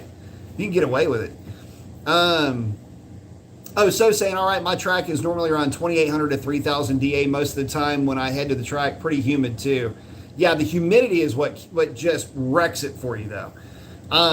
The humidity, water grains, has a lot to do with how the car runs. I can tell you this. Last night, I was giving up no problem saying that my car was giving up, if not half a tenth, 3/4 of a tenth, at least that amount, because of the humidity. It was bad. I mean, just really bad. Ken's asking, hey B, how come you don't bracket race? You cut good lights and our cars are very consistent. I just really don't have the time to focus or to devote to bracket racing events. There's actually a bracket race event going on right now, and I mean, I just don't have the time, resources to be able to devote to it. I'm doing pretty good to get to the track once a week, or at least once every 2 weeks, now that we're able to have these slick and radial nights. And that is, man, unfortunately, that's about the best that I can do.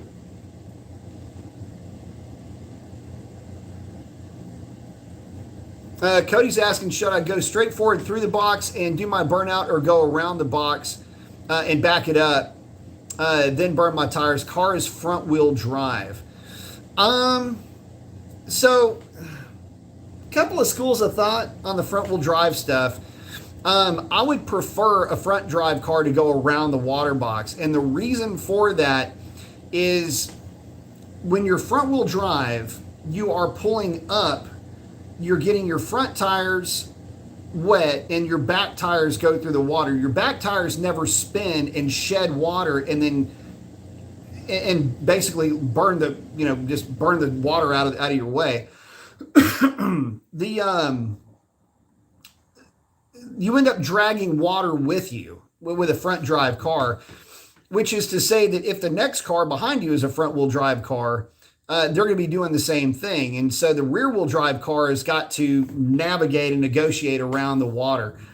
You don't really need the water necessarily in a front wheel drive car because the car is not going to sit back. It's going to kind of arc back and you're going to be able to light the tires up anyway. If you're running street tires, you almost really don't even need to light those up. Just do a quick haze to, clean them off and you'll be in good shape. So for me, all-wheel drive and front-wheel drive always go around the box, unless you're running skinnies in the back, and that's a kind of a different story altogether. You're a dedicated drag racer at that point.